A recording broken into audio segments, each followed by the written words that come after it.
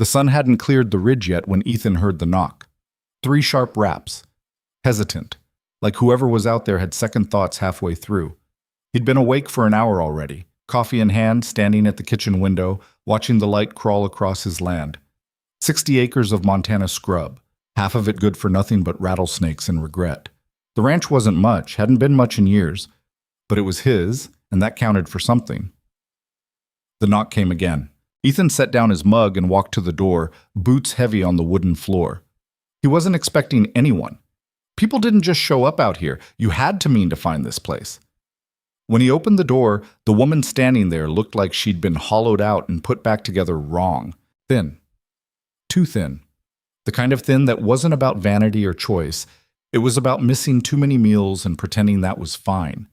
Her hair was pulled back tight, dark and dull, and her clothes hung off her like they'd been bought for someone else.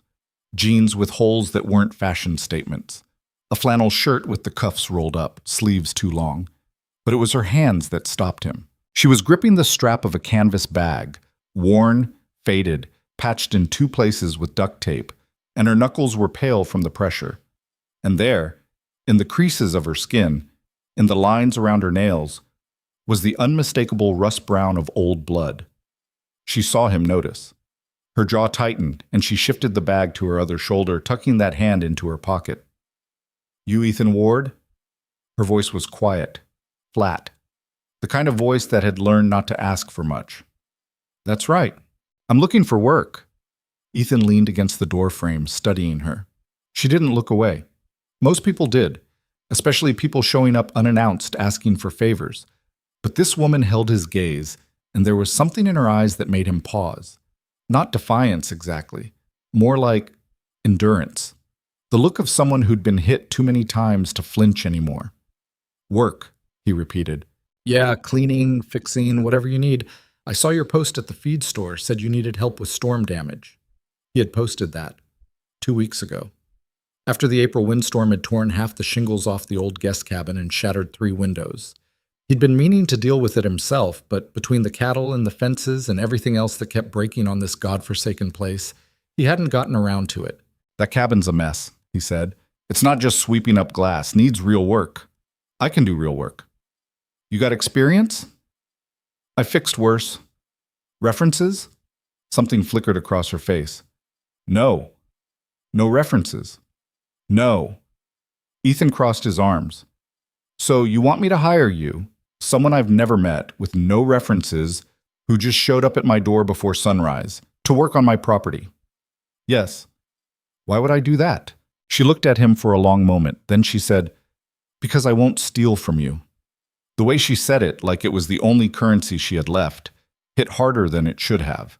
Most people would have sold themselves, talked up their skills, made promises, tried to charm their way in. But this woman wasn't selling anything.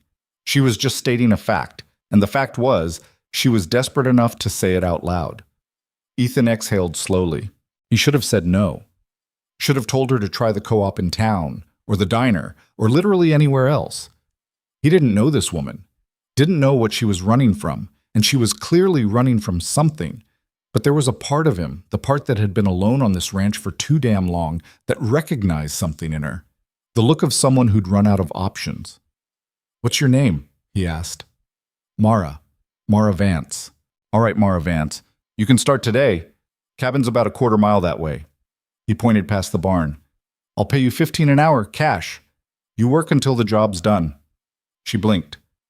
"15? That a problem?" "No, that's fine." "Good. There's tools in the shed. You need anything, come find me. I'll be working the north fence."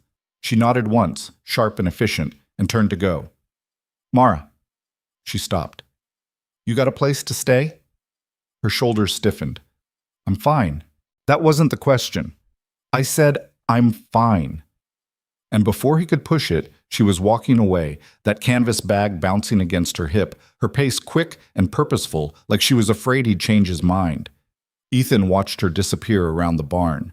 Then he looked down at his coffee, now cold, and wondered what the hell he'd just signed up for. Quiet. Mara didn't stop moving for 6 hours. Ethan checked on her around noon, more out of curiosity than concern, and found her in the cabin surrounded by debris. She'd cleared out all the broken glass, patched two of the windows with plywood, and was halfway through prying up a section of water-damaged floorboards. She worked like someone who'd learned efficiency the hard way. No wasted motion, no breaks, just steady, relentless progress. "You eat yet?" he asked from the doorway. She didn't look up. "I'm good. There's sandwiches in the main house. Help yourself." "I'm good." "Mara," I said, "I'm good."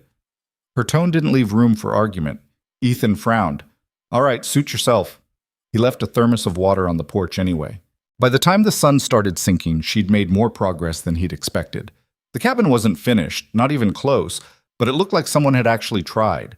The floor was cleared, the broken furniture hauled out, the worst of the rot identified and marked. She came to find him just as he was closing up the barn. "I'm done for the day," she said. "Okay. You coming back tomorrow?" "If you want me to." "I do." She nodded. "Same time?" "Works for me." He pulled a small stack of bills from his wallet, 3 20s and a 10. "For today." She took it carefully, like it might disappear if she wasn't gentle, and tucked it into her pocket without counting. "Thank you," she said quietly. "You earned it." She turned to leave, and that's when he saw it again, the way her eyes flicked toward the road. Quick, nervous, like she was checking for something, or someone. "Mara," she paused. "You in some kind of trouble?" Her expression didn't change. "No." "You sure about that?" "Good night, Mr. Ward." And she was gone. It went on like that for a week. Every morning, Mara showed up at dawn. Every evening, she left before sunset. She worked harder than anyone Ethan had ever hired, refused every offer of food, and spoke only when necessary. And every single time she left, she looked over her shoulder. Ethan told himself it wasn't his business. He'd hired her to fix a cabin, and she was fixing it. That was the deal. What she did with her time after she left his property wasn't his concern. But curiosity is a persistent thing. And concern has a way of sneaking up on you. So on the 8th night, when Mara packed up her tools and started walking toward the road, Ethan made a decision. He followed her. Not close. He wasn't an idiot. He kept his distance, stayed in his truck, let her get a quarter-mile ahead before he eased onto the dirt road behind her. She didn't have a car. She walked. And she walked fast, like someone who'd learned that hesitation cost time you couldn't afford. The road curved east, away from town, into the part of the county where the land turned mean. No houses, no lights, just scrub and rock and the kind of silence that made you remember how small you were. Mara kept going.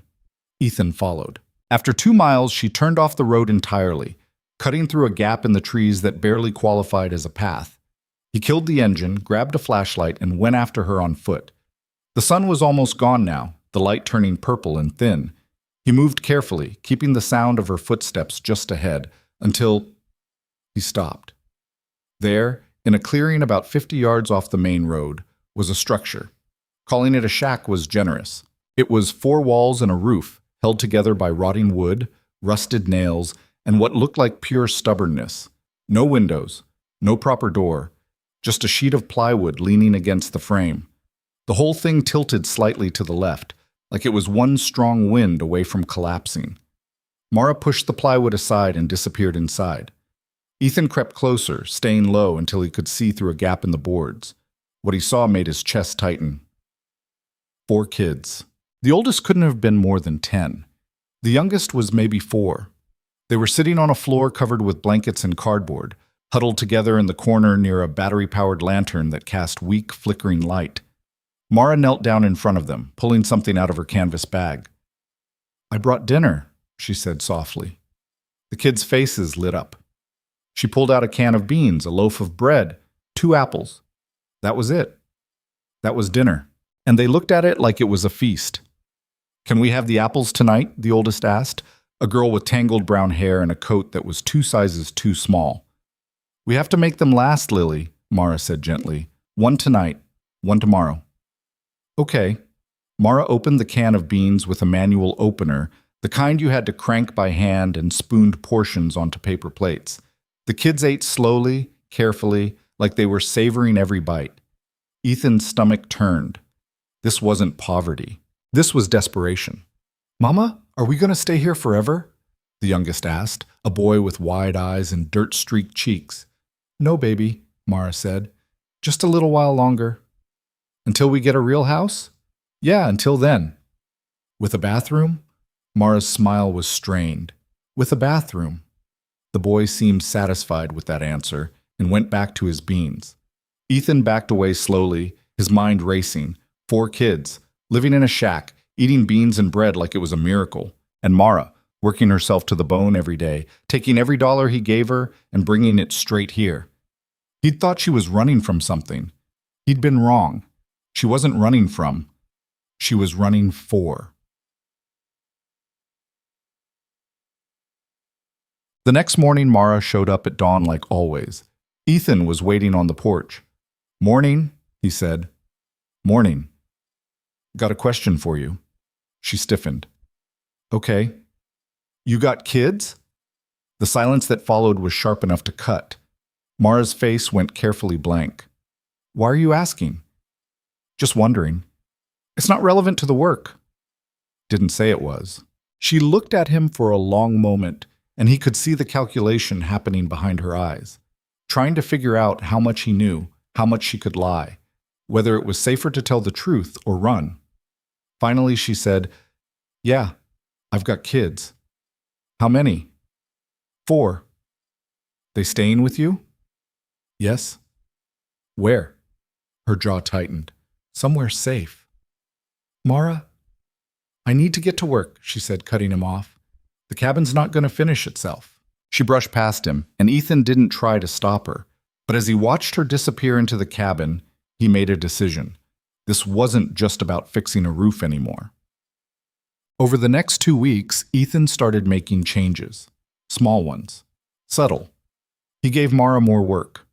Not just the cabin, other projects around the ranch, fixing fence posts, organizing the tool shed, cleaning out the barn loft. And he paid her more. Not all at once. That would have raised suspicion. But he started rounding up, adding hours she didn't technically work, slipping an extra 20 into the stack when she wasn't looking. Mara noticed. "You overpaid me," she said one afternoon, standing in the barn with $70 in her hand. "I only worked 5 hours today." "Did I?" Ethan didn't look up from the saddle he was oiling. "Yeah, this is 70. Should be 60. Consider it a bonus." "For what?" "Good work." She stared at the money like it might bite her. "I don't need charity." "Good. I'm not offering it." "Then what's this?" "Payment for a job well done." He finally looked up. "You got a problem with that?" Mara's expression was unreadable. "No." "Then take it and go feed your kids." Her hand closed around the bills. "Thank you." "Don't mention it." But he could see it in her eyes, the suspicion, the distrust. The voice in her head telling her that nothing came for free, that kindness always had a price. She'd learned that lesson the hard way. Ethan just hoped he could convince her to unlearn it. Geek. 3 weeks in, something changed. Mara started staying later. Not much, just an extra 15 minutes here, a half hour there. She'd finish a task and then find another one. Sweep the cabin floor twice. Reorganize the toolbox, anything to stretch the day a little longer. Ethan figured it out pretty quick. The longer she worked, the more she got paid. The more she got paid, the more her kids ate. So he let her. He started leaving projects half-finished on purpose. Tools out of place. Things that needed just one more look. And every time Mara found them and fixed them without being asked. She still refused food. But one day he left a sandwich on the cabin porch, wrapped in wax paper, sitting next to the water thermos. And when he came back later, it was gone. He didn't say anything. 2 days after that, he left 2 sandwiches. Both gone. Progress. It was late May when everything shifted. Ethan was in the barn hauling feed when he heard a sound he didn't recognize. Laughter. He stepped outside and saw them. Mara and the kids, standing near the fence line. The youngest boy was chasing a grasshopper, stumbling over his own feet, and the oldest girl was trying to catch it for him. Mara stood a few feet away, her arms crossed, and on her face was something Ethan hadn't seen before. A smile. Small. Fragile. But real. He didn't interrupt. just watched from a distance as the kids played, and Mara let herself, for just a few minutes, stop carrying the weight of the world. When they finally noticed him, the laughter stopped. The kids went still. Mara's expression shuttered closed. "Sorry," she said quickly. "We were just—" "It's fine," Ethan said. "They wanted to see where I work. I told them to stay out of the way." "Mara, it's fine." She didn't look convinced. Ethan walked closer, crouching down to the kids' level. "You guys hungry?" The youngest boy's eyes went wide. "Yes." "There's cookies in the kitchen. You want some?" "Can we, Mama?" the girl, Lily, asked. Mara hesitated. "We shouldn't—" "You should," Ethan said, standing up. "Come on, all of you." He led them to the main house, into the kitchen that hadn't seen this many people in years. The kids sat at the table, quiet and wide-eyed, while Ethan pulled out a tin of store-bought cookies and set it in front of them. "Go ahead," he said. They looked at Mara. She nodded, and then chaos. 4 kids, 1 tin of cookies, and the kind of joy that only comes from something simple being treated like a treasure. Ethan leaned against the counter and watched Mara watch them. She looked exhausted and terrified and relieved, all at once. "They're good kids," he said quietly. "They are." "How long you been doing this on your own?" She didn't answer right away. Then, "Long enough." "Their father around?" Her whole body went rigid. "No." "Good." She looked at him sharply. "I mean it," Ethan said. "If he's not around, that's good. Means you don't have to deal with whatever he was." Mara's throat moved as she swallowed hard. "Yeah, I guess." He wanted to ask more. Wanted to know what had happened, why she was living in a shack with 4 kids and acting like the world was one step away from caving in. But he didn't push, not yet. Instead, he said, "You ever think about getting a real place? Every day. What's stopping you? Money, credit, references, take your pick. What if I helped?" She looked at him like he'd just spoken a foreign language. "What? What if I helped you find a place? Vouched for you? Put down a deposit?" "Why would you do that?" "Because those kids shouldn't be living in a shack. We're fine." "You're not." Mara's voice turned sharp. "You don't know anything about us."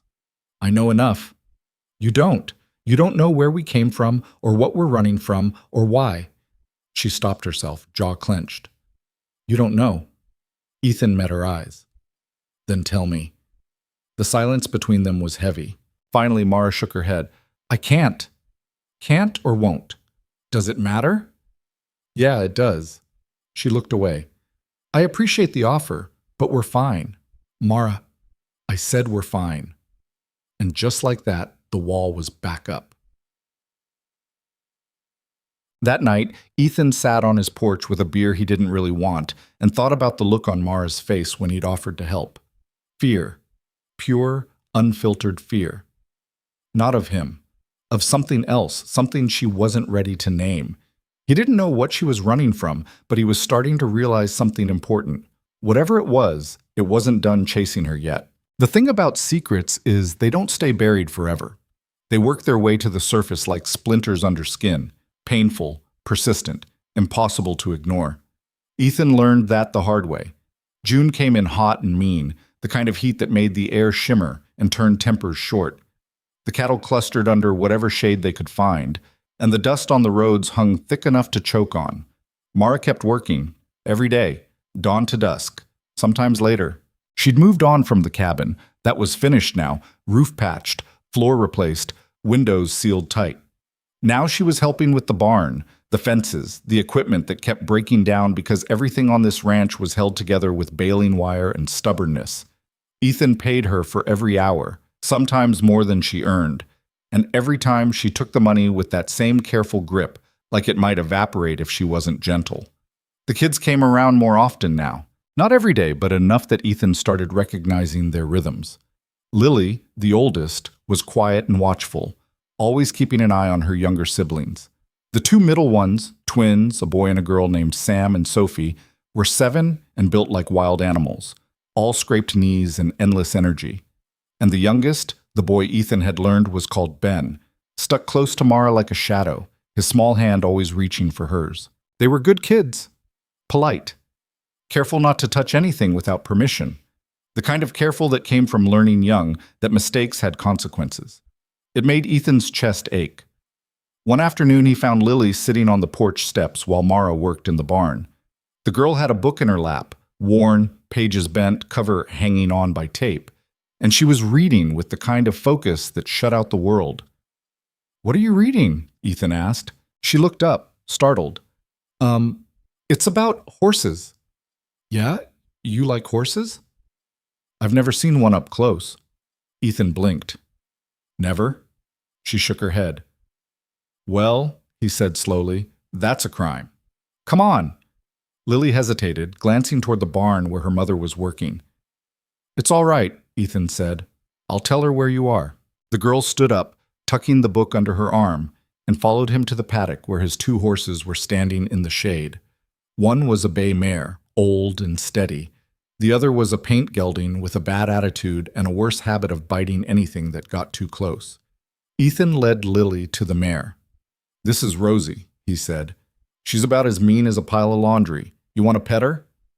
Lily nodded, her eyes wide. "Hold your hand out flat like this." Ethan demonstrated. "Let her smell you first." The girl extended her hand, fingers trembling slightly, and Rosie lowered her head to investigate. After a moment, the mare snorted softly and nuzzled Lily's palm. The smile that broke across the girl's face was something close to magic. "She likes you," Ethan said. "Really?" "Wouldn't be standing there if she didn't." Lily stroked Rosie's nose carefully, reverently, like she was touching something sacred. "She's soft." "Yeah, spoiled too. Gets more carrots than I do." That earned him a small laugh. They stood there for a while, Lily petting the horse, Ethan leaning against the fence and wondering when exactly his life had turned into this, a broken-down rancher playing tour guide for a kid who'd never seen a horse up close. "Mr. Ward?" Lily's voice was quiet. "Yeah? Can I ask you something?" "Sure. Why are you being nice to us?" The question hit harder than it should have. Ethan looked at her, this 10-year-old kid with too much weight in her eyes and not enough childhood in her voice, and tried to figure out how to answer. "Because you deserve it," he said finally. "Mama says people don't do things for free. Your mama's not wrong. Most people don't. So, what do you want?" Ethan exhaled slowly. "Nothing. I think you and your family could use a little help, that's all." Lily studied him with an intensity that felt too old for her age. "Mama doesn't trust easy. I noticed. It's not personal." "I know." The girl nodded, seemingly satisfied, and went back to petting Rosie. But Ethan couldn't shake the feeling that he'd just been tested, and he wasn't sure if he'd passed. Tech. That evening, Mara came to find him while he was fixing a busted water line near the barn. "Lily said you took her to see the horses," she said. Ethan didn't look up from the pipe wrench in his hands. "That a problem?" "No, I would have appreciated a heads up." "Noted." Silence, then, "She hasn't stopped talking about it." Ethan glanced up. Mara was standing a few feet away, arms crossed, but her posture wasn't defensive, just tired. "She's a good kid," he said. "They all are." "I know." Mara shifted her weight. "Look, I know you're trying to help, and I appreciate it, but I need you to understand something." "What's that?"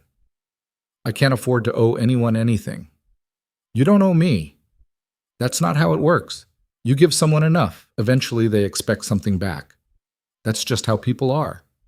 Ethan set down the wrench and stood up, wiping his hands on his jeans. "I'm not most people." "Everyone says that." "Do they?" "Yeah, right before they prove otherwise." There was a bitter edge to her voice that told him everything he needed to know. Someone had let her down, badly, and probably more than once. "I'm not asking for anything," Ethan said. "Not from you, not from your kids.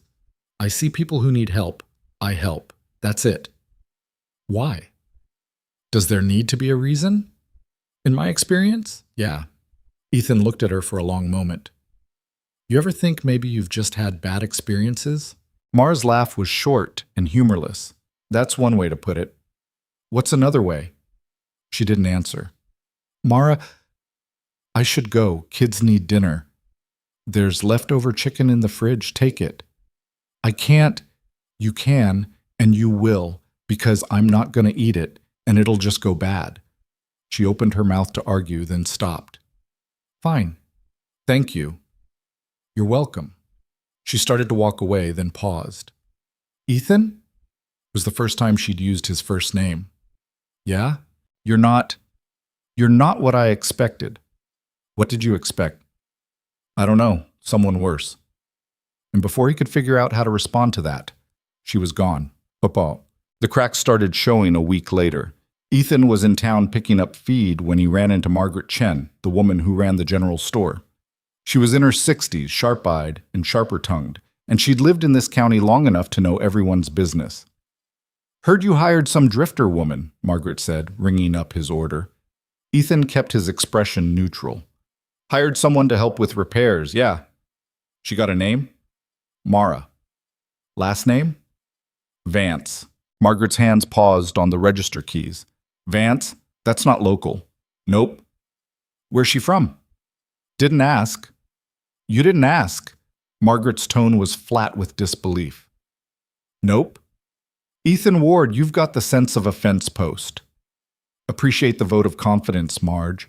She leaned across the counter, lowering her voice. You know anything about this woman? Where she came from? What she's running from? She's not running from anything. Everyone's running from something, honey. Question is whether you want to be standing there when whatever she's running from catches up. Ethan paid for the feed and left without answering. But Margaret's words stuck with him. Because she was right, Mara was running, and sooner or later whatever she was running from would find her. The only question was, what would Ethan do when it did? Chungits. He got his answer 3 days later. It was a Tuesday, hot, still, the kind of day where even the birds didn't bother singing. Mara showed up late, first time since she'd started working. She looked worse than usual, pale, hands shaking. You all right? Ethan asked. Fine. You don't look fine. I said I'm fine. But she wasn't. He could see it in the way she moved, jerky, distracted, like part of her attention was somewhere else entirely. She worked for 2 hours before she dropped a hammer and just stopped, stood there staring at nothing. Ethan walked over. Mara. She didn't respond. Mara. I need to go, she said suddenly. What? I need to go, right now. What happened? Nothing. I have to go. She was already moving, grabbing her bag, her tools, everything within reach. Mara, talk to me. I can't, I'm sorry. I'll come back tomorrow. Did someone threaten you? She froze. Did someone find you? Ethan pressed. I don't know what you're talking about. Yes, you do. Mara turned to face him, and for the first time since he'd met her, he saw something other than exhaustion in her eyes. He saw fear, raw, undiluted, the kind of fear that came from knowing exactly what was hunting you. I have to go, she said again. Let me help. You can't. Try me. She shook her head. You don't understand. You can't help with this. Nobody can. Who is it? Your ex? The kid's father? Her face went white. Bingo. He found you, Ethan said quietly. I don't... Mara. He found you. She didn't confirm it, didn't deny it, just stood there, trembling, looking like she was one wrong word away from shattering. What did he say? Ethan asked. It doesn't matter. It does if he threatened you. He didn't threaten me. He doesn't have to. I know what he's capable of. Then let me... No. Her voice was sharp, final. This is my problem. Mine. I'll handle it. How? I don't know yet, but I will. Ethan wanted to argue, wanted to grab her by the shoulders and make her understand that she didn't have to do this alone. But he could see in her eyes that she wouldn't listen. Not yet. So he did the only thing he could. He let her go. She didn't come back the next day, or the day after that. By the third day, Ethan was worried enough to do something stupid. He drove out to the shack. It was empty. Not just empty. abandoned. The blankets were gone. The lantern, the few belongings they'd had, all of it vanished. Ethan stood in the clearing, staring at the structure that had barely qualified as shelter, and felt something cold settle in his gut. She'd run. Again. He didn't blame her. If someone from her past had found her, running made sense. It was what she knew, what had kept her alive this long. But running only worked until it didn't. And Ethan had a sinking feeling that Mara was running out of places to hide. He found her 4 days later. Pure luck. He'd driven into town to pick up supplies and spotted her outside the laundromat, stuffing clothes into a garbage bag while the kids sat on the curb. Ethan parked and walked over. Mara saw him coming and went rigid. "Don't," she said. "Don't what?" "Whatever you're about to say, don't." "I'm just checking on you." "We're fine." "You left." "I had to." "Did he contact you again?" Mara's jaw clenched. "That's none of your business." "It is if you're in danger." "I'm always in danger, that's just how it is." Ethan looked at the kids. They were quiet. Too quiet. Lily was holding Ben in her lap, and the twins sat pressed against each other, eyes downcast. They looked defeated. "Where are you staying?" Ethan asked. "Around?" "That's not an answer." "It's the only one you're getting." "Mara, see..." To stop. She finished shoving the clothes into the bag and straightened up. "I appreciate what you did. Giving me work. Being kind. But I can't do this. I can't let you get involved." "I'm already involved." "No, you're not. You were just being decent. That's different." "Is it?" "Yes." Ethan crossed his arms. "So what's your plan? Keep moving? Live out of a laundromat? Sleep in your car? Assuming you have one." "We'll figure it out." "When?" "Eventually." "That's not a plan, Mara. That's just existing." "Well, it's worked so far." "Has it?" The question hung in the air between them. Mara looked away. "We're fine." "You keep saying that, but you're not." "What do you want me to say?" "The truth. The truth is, I'm doing the best I can with what I have. And sometimes that's not much. But it's mine, and I'm not dragging you into it." "What if I want to be dragged into it?" "Why? Why would you want that?" "Because those kids deserve better than sleeping on curbs and eating out of cans." Mara's face twisted. "You think I don't know that? You think I don't hate myself every single day for not being able to give them more? Then let me help." "No." "Why not?" "Because people who help me end up regretting it." "I won't." "You don't know that." "I do." Mara shook her head. "You're not listening." "Neither are you." They stared at each other, locked in a stalemate that neither of them knew how to break. Finally, Lily spoke up. "Mama," she said quietly, "I'm hungry." The words broke something in Mara's expression. Ethan saw his opening. "Come back to the ranch," he said. "Just for tonight. I've got food, space. You can figure out your next move from there." "I can't." "You can, and you should, for them." He nodded toward the kids. Mara looked at them, then at Ethan, then down at her hands. "One night," she said finally. "One night. And then we leave. If that's what you want." She didn't look convinced, but she also didn't argue. "Okay," she said. "One night." Olaket. They ate dinner at Ethan's kitchen table. It wasn't fancy, just spaghetti and garlic bread and a salad thrown together from whatever he had in the fridge. But the kids ate like they hadn't seen food in days, because they probably hadn't. Mara picked at her plate, barely touching anything, her eyes constantly flicking toward the windows like she expected someone to come crashing through at any moment. "Relax," Ethan said quietly. "I can't." "Try." She didn't. After dinner, Ethan set the kids up in the guest room, the one he'd had Mara fix weeks ago. Clean sheets, actual beds, a lamp that worked. Ben fell asleep before his head hit the pillow. The twins weren't far behind. Lily stayed awake a little longer, staring at the ceiling like she couldn't quite believe it was real. "Thank you," she whispered as Ethan turned out the light. "Get some sleep," he said. He found Mara on the porch, sitting on the steps, arms wrapped around her knees. "They're out," he said, sitting down next to her. Good. You should sleep too. I will. But he knew she wouldn't. They sat in silence for a while, listening to the crickets and the distant sound of cattle moving in the dark. His name is Derek, Mara said suddenly. Ethan didn't move, didn't speak, just waited. Derek Hale. We were married for 8 years. He's the kid's father. And he's looking for you. He's always looking for me. That's the problem. I can leave. I can hide. I can change my name, my phone number, everything. But he always finds me. How? I don't know. He's got connections. People who owe him favors. He's good at convincing people he's the victim. What did he do? Mara's hands tightened around her knees. What didn't he do? Ethan felt his jaw clench. It started small, Mara continued, yelling, breaking things. Then it got worse. He'd hit me, choke me, lock me in rooms, and the whole time he'd tell me it was my fault, that I made him do it. The kids? He never touched them, not physically, but they saw everything, heard everything, and that was bad enough. So you left. I tried. 3 times. The first 2 he found me within a week, dragged me back, made it worse.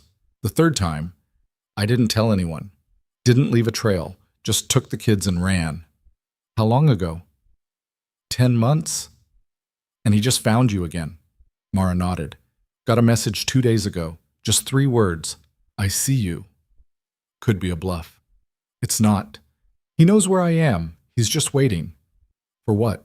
I don't know. To make his move. To remind me that I can't escape. To... Her voice cracked. I don't know.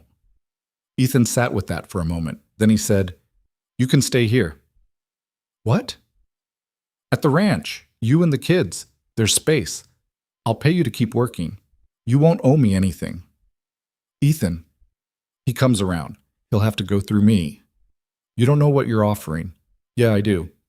He's dangerous. So am I. Mara looked at him like she was trying to figure out if he was serious. He was.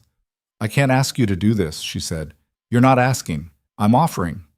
Why? Because it's the right thing to do. That's not a reason?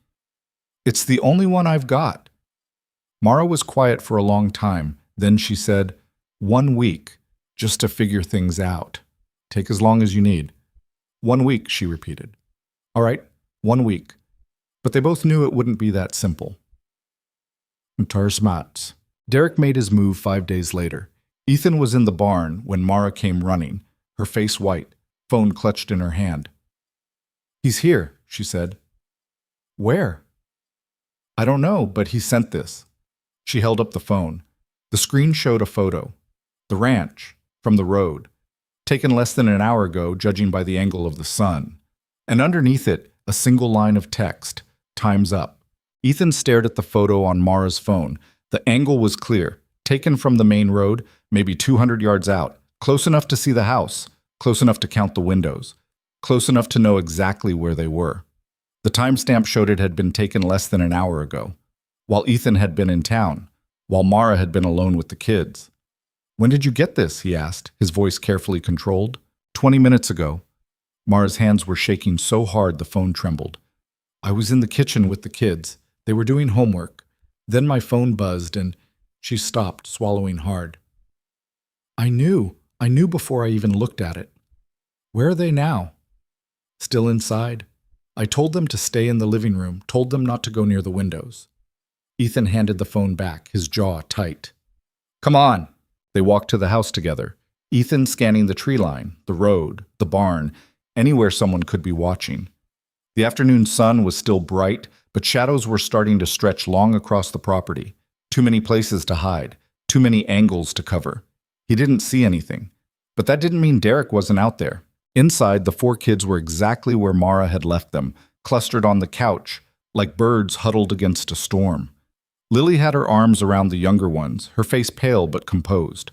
She'd gotten good at being strong when she needed to be, too good for a 10-year-old. They looked up when Ethan and Mara walked in, and the fear on their faces made his chest tighten. Everything okay, Mama? Lily asked, her voice small. Mara forced a smile that didn't reach her eyes. Yeah, baby. Everything's fine. Is he here? Sophie, one of the twins, whispered. Her eyes were wide, pupils dilated with fear. Is Dad here? The question hung in the air like smoke. Mara crouched down in front of them, taking Sophie's hands in hers. Listen to me. All of you. We're safe here. Mr. Ward isn't going to let anything happen to us. Okay? Okay, Ben said quietly, but his bottom lip was trembling. The other three didn't look convinced. Ethan stepped forward, keeping his voice calm and steady. How about this? You guys stay inside for the rest of the day. Keep the doors locked. Watch a movie or something. I'm going to make sure everything's secure out here. What if he comes? Sam asked, his small hands balled into fists. What if he tries to get in? He won't get past me. The boy studied him with eyes that had seen too much for someone who still lost teeth. You promise? Ethan met his gaze without flinching. I promise. It seemed to be enough. Sam nodded slowly, and the tension in the room eased just slightly. Not gone, just buried a little deeper where the kids could pretend it didn't exist. Mara stood up, pulling Ethan aside toward the kitchen. What are you going to do? Make sure we're ready if he shows up. And if he doesn't, then we wait. He's not bluffing, Ethan. Mara's voice dropped to barely above a whisper. If he's here, if he's close enough to take that picture, he's going to make a move. That's how he works. He doesn't just threaten. He follows through. Let him try. Mara looked at him for a long moment, searching his face. You don't have to do this. Yeah, I do. Why? Because you're here, and those kids are here. And I'm not letting some abusive piece of garbage walk onto my property and hurt people He stopped himself, the words catching in his throat. People under my roof. Something flickered across Mara's face, surprise maybe, or something deeper, but before she could respond, Lily called out from the living room. Mama, can we have snacks? The moment broke. Mara turned back to the kids, her mask of composure sliding back into place. Yeah, baby. Let me get you something. Ethan stepped outside, pulling his phone from his pocket.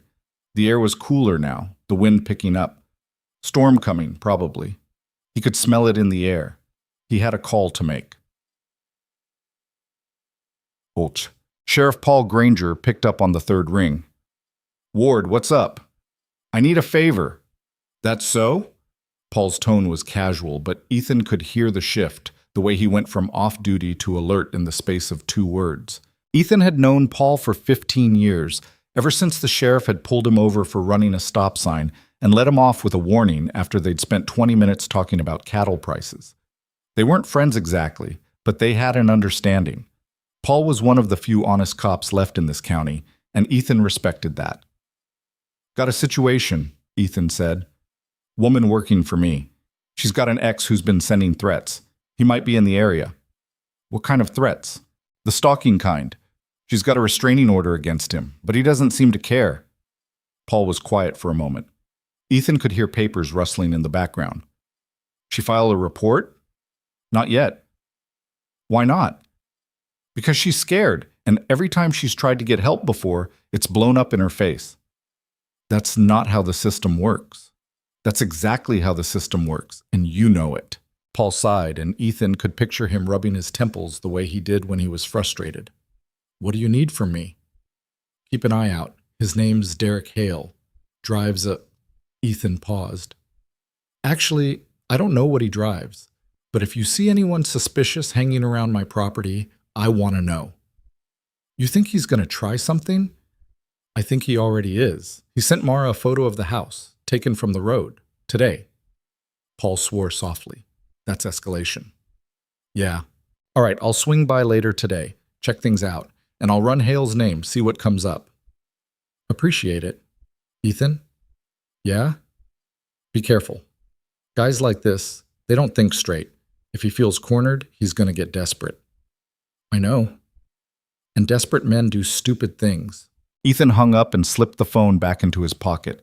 He stood there for a moment, looking out across his land. 60 acres of Montana scrub that had been in his family for 3 generations. His grandfather had built the original house. His father had expanded it, and Ethan had kept it running after they were both gone. This was his place, his ground, and he'd be damned if he let Derek Hale turn it into a hunting ground. The rest of the day passed in tense silence. Ethan spent the afternoon checking every inch of the property.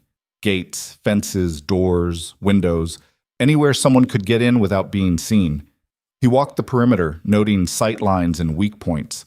The old oak near the barn would provide cover if someone wanted to approach from the east. The drainage ditch along the south fence was deep enough to move through unseen. The road offered a clear view of the front of the house. He moved the shotgun from the hall closet to the mudroom, where it was easier to reach. Loaded it, checked the action twice, set it against the wall next to his boots. He wasn't a violent man, never had been. He'd been in exactly 3 fights in his entire life. 2 in high school, over stupid things he couldn't even remember, and 1 at a bar when he was 22 and someone had said something about his mother. But he'd learned a long time ago that being prepared and being paranoid were 2 very different things, and right now, prepared felt like the smart choice. Mara stayed inside with the kids, keeping them distracted. Ethan could hear them through the window, Lily reading a story to Ben, the twins arguing over some game. Normal kid sounds that felt surreal against the backdrop of what was happening. But every so often, Mara's voice would cut through, sharp and tight, telling them to stay away from the windows. By the time the sun started to set, Ethan's nerves were strung tight as fence wire. He was standing on the porch, watching the road, when Paul's cruiser pulled up. The sheriff climbed out, adjusting his belt. He was in his late 50s, gray-haired and solid, with the kind of weathered face that came from spending decades dealing with humanity's worst impulses. "Evening," Paul said. "Paul." "Quiet out here." "So far." Paul scanned the property, his hand resting casually on his sidearm. "You see anything unusual today?" "Not yet, but he's close. I can feel it." "Gut feeling doesn't hold up in court." "Didn't say it did." Paul walked up onto the porch, leaning against the railing. "Where's the woman?" "Inside with her kids." "She willing to talk to me?" "Maybe. Depends on what you want to ask. Just the basics. Timeline, any physical evidence, anything that'll help if this guy actually shows up." Ethan hesitated. "She's been through a lot. She doesn't trust cops." "Can't say I blame her." Paul's expression was neutral, but Ethan caught the flicker of something else. Sympathy, maybe.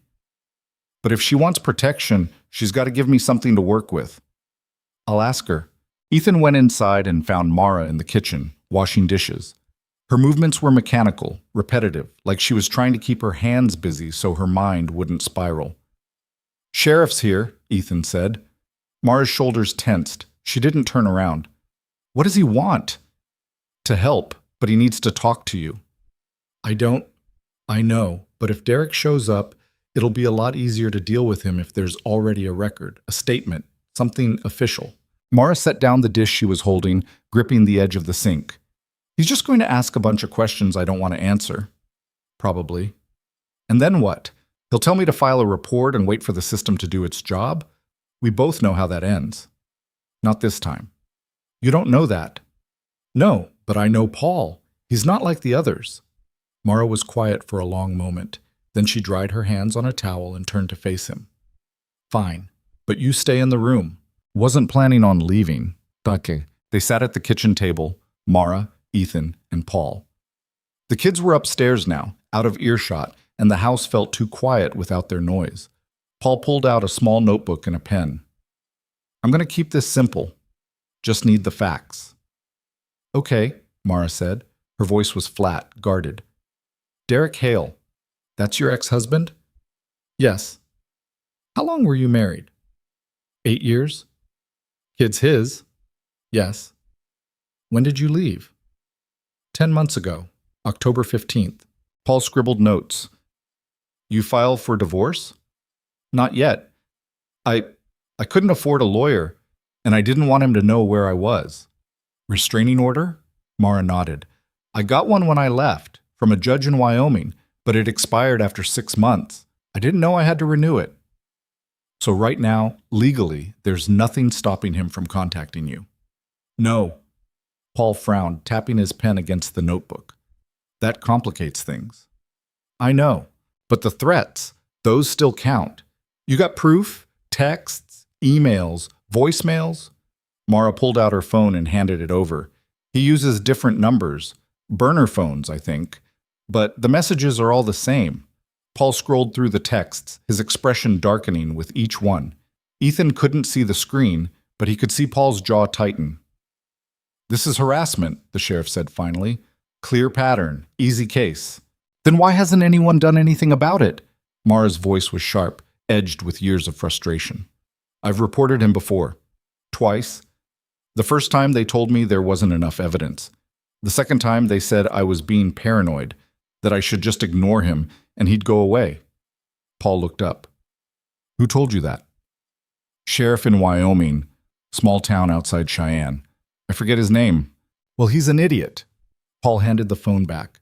"This is clear-cut. Pattern of behavior. Escalating threats. Specific mention of your location. If Hale shows up here, I can arrest him on the spot." "And then what?" Mara asked. "He gets out on bail in a few hours and I'm right back where I started. Except now he's angrier." "Not if we build a strong enough case. Get you a new protection order. Document everything. Make it so he can't get near you without facing real consequences." Mara didn't look convinced. She'd heard promises before. Paul leaned forward, his voice gentler. "Look, I get it. The system's failed you before, but it doesn't have to this time. You've got proof. You've got witnesses. And if Hale makes a move, I'll make sure he goes down for it." "He's smart," Mara said quietly. "He knows how to work people, make them think he's the victim, that I'm the crazy one who tore the family apart." "Then we'll be smarter." Mara looked at Ethan, then back at Paul. "What do you need from me?" "Statement. On record. Every threat, every incident, every time he's contacted you since you left. The more detail, the better." "That's going to take a while." "I've got time." It took 2 hours. By the time Mara finished, the sun was long gone, and the kitchen was dark except for the single overhead light. She looked drained, like telling the story had taken everything she had left. She'd started from the beginning. The first time Derek had hit her, 3 months after they got married. How he'd apologized, bought her flowers, promised it would never happen again. How it had happened again, and again, and again. She talked about the first time he'd choked her, the time he'd locked her in the bedroom for 2 days, the time he'd broken her arm and then driven her to the hospital, coaching her in the car about what to say.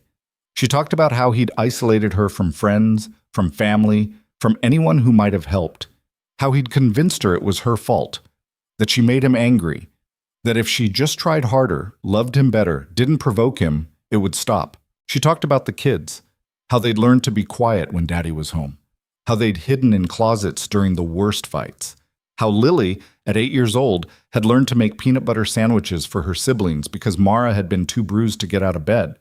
She talked about leaving, the planning, the fear, the 3 failed attempts before the one that finally stuck. And she talked about the messages, the threats, the photos he'd send of places she'd been, people she'd talked to, proving he was always watching.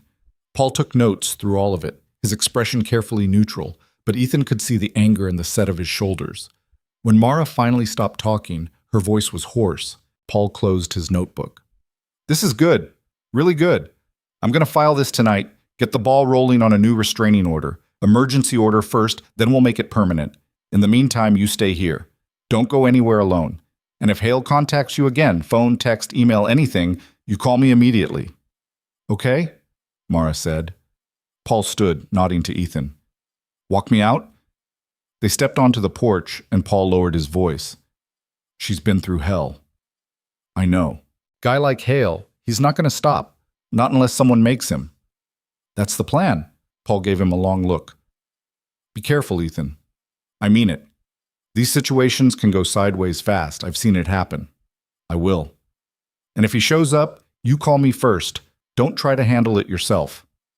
"I'll call you." "I'm serious. No cowboy stuff.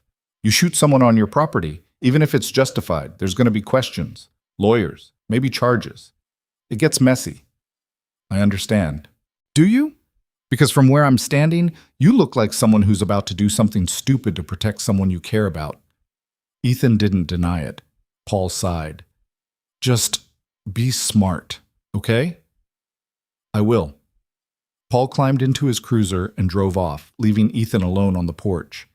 He stood there for a long time, listening to the night sounds, watching the shadows, waiting. Derek made his next move 2 days later. Ethan was fixing a section of fence near the road when he saw the truck. Black, newish, tinted windows, Colorado plates. It slowed as it passed, rolling to almost a complete stop about 50 yards from where Ethan stood. And then the driver's window came down. Ethan caught a glimpse of the man inside. Tall, broad shoulders, dark hair cut military short, strong jaw. The kind of face that would be called handsome if it wasn't twisted with something ugly. Their eyes met for just a second. Derek's lips moved, not quite a smile, not quite a sneer, something in between. Then the truck sped up and disappeared around the bend. Ethan's gut twisted. He dropped the fence post he'd been holding and pulled out his phone, dialing Mara. She answered on the first ring. Yeah? Get the kids inside, now. What's wrong? Just saw a black truck. Driver matched the description you gave me. There was a pause, then, are you sure? No, but I'm not taking chances. Okay, we're going inside. Lock the doors. Don't open them for anyone but me or Paul. Ethan, do it. He hung up and jogged back to the house, his pulse hammering. By the time he got there, Mara was standing in the doorway, phone in hand, her face pale. He called, she said. What? Derek, he called, just now, right after you hung up. Ethan felt his blood turn cold. What did he say? He said, her voice cracked. He said, he's not leaving without his kids. Where is he? I don't know. He wouldn't say, but he knows I'm here. He knows about you. He said, she stopped, closing her eyes. He said you're making a mistake, getting involved in something that's not your business. What did you tell him? Nothing. I hung up. Good. Call Paul. Tell him what happened. Mara nodded and dialed, her hands shaking. Ethan went to the window and looked out at the road. Nothing. Just empty asphalt and scrub grass bending in the wind. But that didn't mean Derek wasn't out there, watching, planning, waiting for his moment. Paul showed up 20 minutes later, lights flashing. Where is he? The sheriff asked, climbing out of the cruiser. Don't know, Ethan said. He called Mara, but he didn't say where he was. Could be anywhere. Paul looked at Mara. You got the number? She handed him her phone. Paul dialed it. It rang once, then went to voicemail. Generic automated message, no personal greeting. Burner, he muttered. Figures. Can you trace it? Mara asked. Not without a warrant, and even then, it'll take time. These prepaid phones aren't registered to anyone. Paul pocketed the phone. I'm going to patrol the area, see if I can spot his truck. You said black Colorado plates? Yeah, Ethan said. Make and model? Didn't get a good enough look. Paul nodded. I'll put out a BOLO. Be on the lookout. If any of my deputies see it, we'll bring him in for questioning. And if you do, I'll rattle him a little. Let him know we're watching. Maybe he'll get spooked and leave. Ethan didn't think Derek was the type to spook easy. But he didn't say that.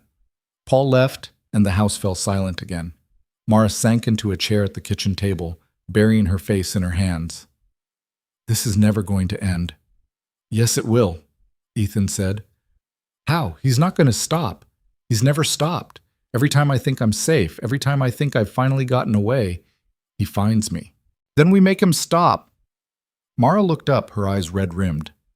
How? Ethan didn't have an answer. Not yet. The call came at 3 a.m. Ethan was asleep, barely, when his phone started buzzing on the nightstand. He grabbed it, groggy, and saw Paul's name on the screen. Yeah? We found him. Ethan sat up, suddenly wide awake. Where? Motel off Highway 12. Checked in under a fake name, but the clerk recognized the truck from the description we circulated. You bring him in? Can't. He's not breaking any laws, not yet. He threatened Mara. Over the phone. Without witnesses. It's his word against hers. Ethan swore under his breath. So what now? Now I keep an eye on him. Make sure he knows we're watching. I've got a deputy parked outside the motel. If Hale makes a move, we'll know. And if he doesn't? If he just sits there? Then we wait. That's not good enough. It's all I can do right now, Ethan. My hands are tied until he actually does something. Ethan wanted to argue. Wanted to tell Paul that waiting for Derek to make a move was like waiting for a rattlesnake to strike. By the time it happened, someone was going to get hurt. But he knew Paul was doing everything he could. "Thanks for the heads up," Ethan said finally. "Be ready. If he makes a move, it's going to be soon. Guys like this, they don't have patience. They get fixated on something, and they can't let it go." Ethan hung up and stared at the ceiling. Sleep was out of the question now. He got up, pulled on jeans and a shirt, and went downstairs. The house was dark, quiet. He checked the doors, the windows, the shotgun. Everything was locked, secure, but it didn't feel like enough. He made coffee and sat at the kitchen table watching the road through the window and waited. Matsan. Derek showed up the next afternoon. Ethan was in the barn hauling feed when he heard the truck pull into the driveway. He walked out, wiping grease from his hands, and saw Derek climbing out of the black pickup. He looked exactly like Mara had described him. Tall, maybe 6'2", built like someone who spent time in a gym, broad shoulders, thick arms, confident swagger, the kind of confidence that came from knowing he could intimidate people. His face was handsome in a hard way. Square jaw, sharp cheekbones, dark eyes that didn't blink enough. "Help you?" Ethan called, keeping his voice neutral. Derek turned, sizing him up, taking his measure. "You Ethan Ward?" "That's right." "Name's Derek Hale. I'm looking for my wife." "She's not your wife anymore." Derek's smile didn't reach his eyes. "Legally, she is. We're still married. She never filed the paperwork." "She will." "That's so. With what money? She can barely feed herself, let alone afford a lawyer." "That's changing." Derek's expression hardened. "You think you can just swoop in and play hero, take care of my family?" "They're not your family, not anymore. Those are my kids. Those kids don't want to see you. They're mine. I've got rights." "Not according to the restraining order." Derek laughed, sharp and bitter. "That expired. And good luck getting another one without proof." "We've got proof." "Yeah, like what? Some text messages that could have come from anyone? A photo of a house?" "That's not proof, buddy. That's paranoia." Ethan took a step forward. "You need to leave." "I'm not leaving without seeing my kids." "Not gonna happen." Derek stepped closer, and Ethan could smell the aggression rolling off him. Sweat and cologne and something chemical. Maybe adrenaline. Maybe something else. "You think you're some kind of hero, swooping in to save the damsel in distress?" "I think you're a coward who beats women and terrorizes kids." The punch came fast. Derek swung hard, aiming for Ethan's jaw, putting his weight behind it. But Ethan saw it coming, saw the way Derek's shoulder dipped, the way his weight shifted, and ducked. The fist grazed his shoulder, knocking him off balance but not down. Ethan drove his own punch into Derek's ribs, hard and quick, and heard the air leave Derek's lungs in a rush. Derek stumbled back, gasping, his face twisted with rage. "You son of a—" Ethan didn't let him finish. He grabbed Derek by the collar and slammed him against the side of the truck, using his momentum and Derek's off-balance stance to pin him. "You've got 5 seconds to get back in this vehicle and drive away," Ethan said, his voice low and dangerous. "Or I'm calling the sheriff and having you arrested for trespassing and assault." "She's lying to you," Derek hissed, spittle flying. "About me. About everything. She's crazy. Unstable. You don't know what she's like." 4 seconds. "You don't know what she's capable of. The things she's done. The lies she's told." 3. "She'll ruin you just like she ruined me. Just like she ruins everyone who tries to help her."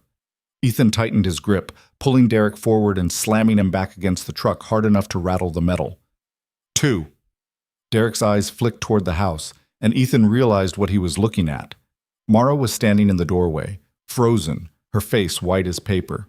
"Mara," Derek called out, his voice shifting, becoming softer, pleading. "Baby, come on. Let's talk about this, like adults."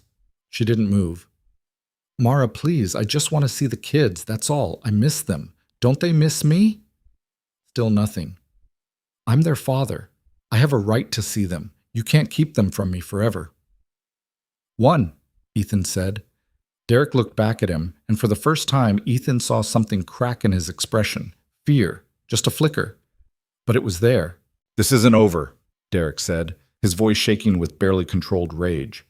Ethan let him go. Derek climbed into the truck, his hands trembling, and started the engine. The rumble was loud in the quiet afternoon. Before he drove off, he leaned out the window, pointing at Ethan. "You're going to regret this. You have no idea what you just started." Then he was gone, tires spitting gravel, the black truck disappearing down the road in a cloud of dust. Ethan stood there breathing hard, his knuckles aching. His heart was pounding, adrenaline flooding his system. When he turned around, Mara was still in the doorway. "You okay?" he asked. She nodded, but her hands were trembling. Her whole body was trembling. "He's not coming back," Ethan said, walking toward her. "Yes, he is." Her voice was hollow, defeated. "He always comes back." And Ethan knew she was right. This wasn't over. It was just beginning. The days after Derek's visit felt like living in a house made of glass. One wrong move and everything would shatter. Mara barely slept. Ethan could hear her moving around at night, pacing the hallway, checking on the kids every hour. The old floorboards creaked under her feet, a rhythm that became familiar. 3 steps to Lily's door. Pause. 5 steps to the twins' room. Pause. 2 steps to Ben's corner. Then back to her own room, where she'd sit by the window for 20 minutes before starting the circuit again.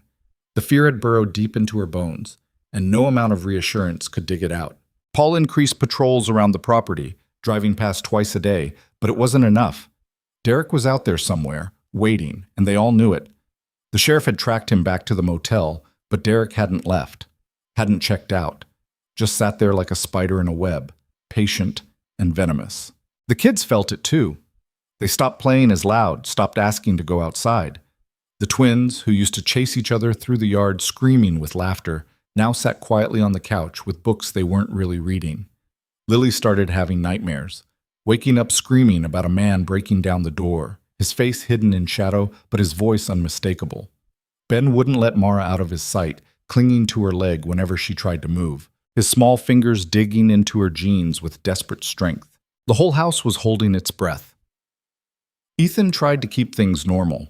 He gave Mara work that kept her close to the house, organizing the mudroom, fixing cabinets, small tasks that didn't require her to be alone or exposed.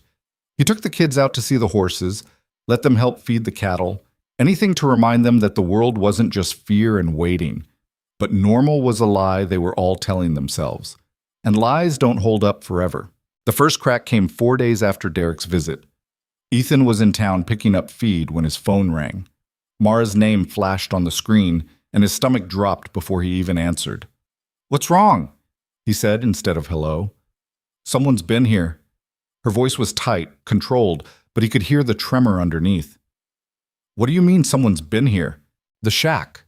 The old one where we were staying. I went back to get something I left behind and—" She stopped, and he heard her take a shaky breath. "It's been burned." Ethan felt his stomach drop. "Burned?" "To the ground.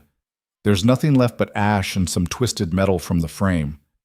"Are you there now?" "No, I'm back at the ranch. But Ethan, there was a message, spray-painted on a tree nearby, big red letters." "What did it say?" Mara's voice cracked. "You can't hide from me." Ethan's hand tightened around the phone hard enough that the case creaked. "Lock the doors. Get the kids inside. I'm on my way." "Ethan, I'm on my way. 10 minutes." He threw the feed into the truck bed without bothering to secure it properly and drove back faster than he should have, his mind racing.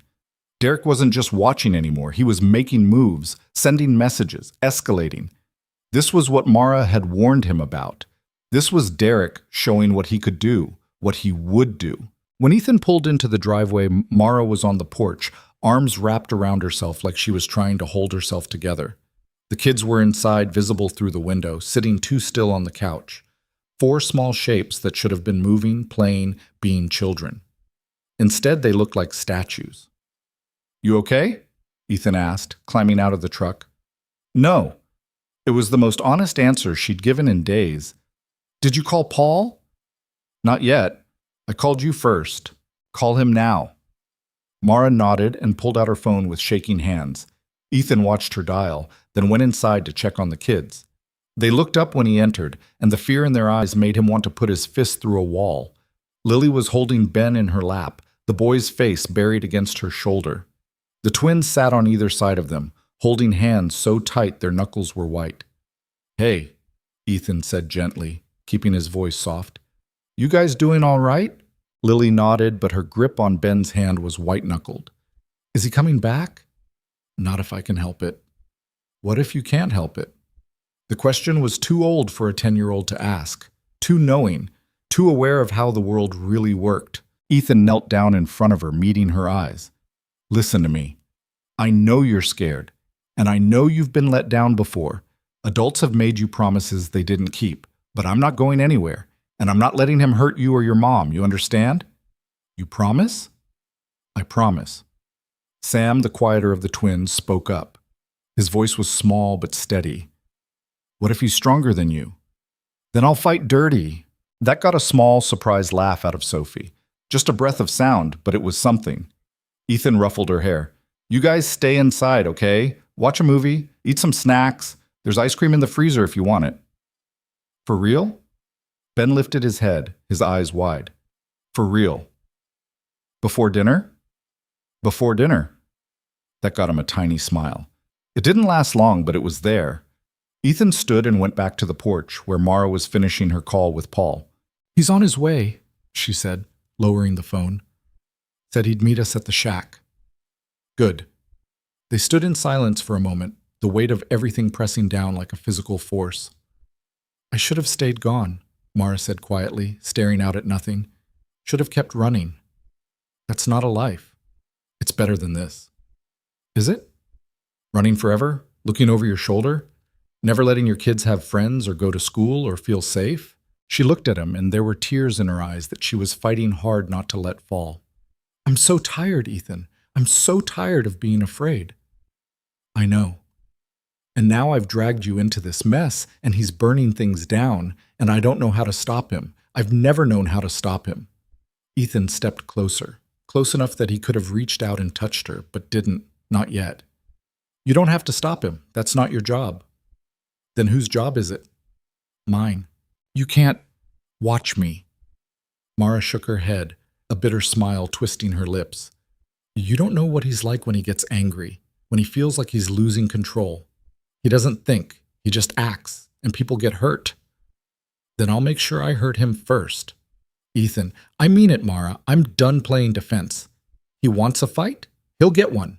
She stared at him, something flickering in her expression that he couldn't quite read. Fear, maybe. Or hope. Or both tangled together so tight they couldn't be separated. Before she could respond, Paul's cruiser pulled up, and the moment was gone. Paul took one look at the spray-painted tree and swore under his breath. They'd driven out to the shack together, Ethan, Mara, and the sheriff, leaving the kids with Margaret from the general store, one of the few people in town Ethan trusted completely.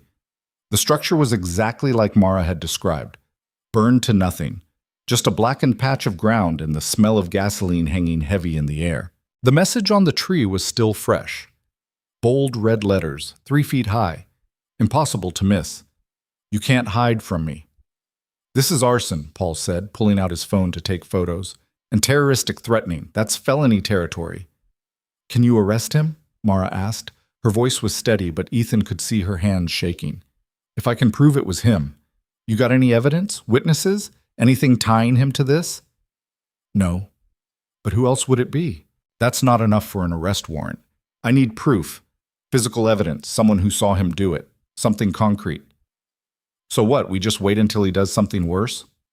Paul turned to face her, and his expression was sympathetic but firm.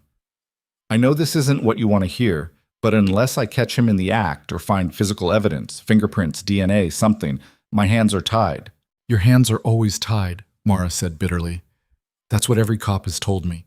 Every time I've gone to the police, it's been the same thing. We need more evidence. We can't do anything yet. Come back when he actually hurts you." "Well, I'm trying not to wait that long." Paul's expression softened. "I get it, I do. And I'm not those other cops. I'm going to do everything I can to nail this guy, but I can't arrest someone on a hunch no matter how strong that hunch is." "Then what good are you?" The words came out sharp, cutting, and Mara immediately looked like she regretted them. I'm sorry, that wasn't fair. It's all right. You're scared. You've got a right to be. Paul looked back at the tree, at the message painted there. I'll file a report, document the scene, add it to the case file, collect samples from the paint, might be able to match it if we find a can in Derek's possession, and I'll bring him in for questioning. He'll just deny it. Probably, but it'll put him on notice, let him know we're watching, and it creates a record. If this goes to court, we need to show a pattern of escalating behavior. Mara looked like she wanted to argue more, but the fight drained out of her. She just nodded, exhausted, and wrapped her arms around herself. Ethan put a hand on her shoulder. Come on, let's get you back. They drove back to the ranch in silence, Mara staring out the window, her face pale and drawn. When they picked up the kids from Margaret's, Ben immediately ran to Mara and buried his face in her stomach, and she held him tight, stroking his hair. When they got back to the house, Mara turned to Ethan. This is going to get worse before it gets better, isn't it? Yeah, Ethan said, because lying to her wouldn't help. Probably. And you're still not going to ask us to leave? Nope. Why? Because leaving doesn't solve the problem. It just moves it somewhere else. And next time, I won't be there to help. Mara looked at him for a long time, her eyes searching his face. Then she said, Thank you. For what? For not giving up on us. For not deciding we're too much trouble. Ethan didn't know what to say to that, so he just nodded. The hearing for the new restraining order was scheduled for the following Tuesday. Mara spent the weekend preparing, going over her statement with a lawyer Paul had recommended, a sharp-eyed woman named Caroline Reeves who specialized in domestic violence cases. They sat at Ethan's kitchen table for hours, Mara recounting every detail while Caroline took notes and asked clarifying questions. Ethan went with her to the courthouse on Tuesday morning. She'd asked him to, her voice small and uncertain, and he hadn't hesitated. They sat in the waiting area outside the courtroom, Mara's hands clasped tight in her lap, her leg bouncing with nervous energy. She was wearing clothes Caroline had helped her pick out. Neat, professional, nothing that Derek could use to paint her as unstable or irresponsible. Her hair was pulled back, no makeup except a little concealer to hide the dark circles under her eyes. You're going to do fine, Ethan said quietly. What if I forget something? What if I mess up and say the wrong thing? You won't. You don't know that. I know you. And you don't mess up when it matters. Mara gave him a weak smile. I hope you're right. I am. The bailiff called her name and they stood. Ethan squeezed her hand once, quick and reassuring, then let go. Inside the courtroom, Derek was already seated with his lawyer, a sharp-looking woman in a designer suit that probably cost more than Ethan's truck. Her name was Jennifer Cross, and she had a reputation for being ruthless and effective. Derek looked calm, confident, like this was just an inconvenience he'd get through, a minor bump in the road. He was wearing a suit too. Navy blue, tie perfectly knotted, hair neatly combed. He looked like a respectable businessman, not a man who'd spent 8 years terrorizing his family. It made Ethan's blood boil. The judge was an older man with gray hair and a no-nonsense expression that had probably been carved into his face by 30 years on the bench. His nameplate read Judge Raymond Holloway. He listened as Caroline presented the case, the documented threats, the burned shack, Derek's history of abuse, laid out in careful detail, text messages displayed on a screen, photos of Mara's injuries from years ago, a broken arm, bruised ribs, a black eye so swollen she could barely see out of it. Mara sat perfectly still through all of it, her hands folded in her lap, her face carefully blank. Then it was Derek's turn. Jennifer Cross stood, smooth and polished and confident.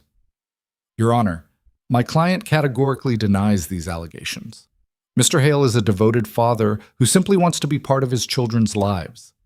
Ms. Vance has repeatedly denied him access, has fled across state lines, has made it impossible for him to maintain any relationship with his own children.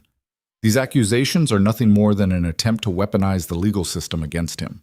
Ethan wanted to stand up and call it the lie it was, but Mara's hand found his under the table, squeezing tight, and he stayed quiet. The judge looked at Derek. Mr. Hale, do you have anything to say? Derek stood, and when he spoke, his voice was measured, reasonable, the voice of a concerned father, not a violent abuser. Your Honor, I love my children. I've made mistakes in the past. I'm not denying that. My marriage to Mara was difficult. We both said and did things we regret.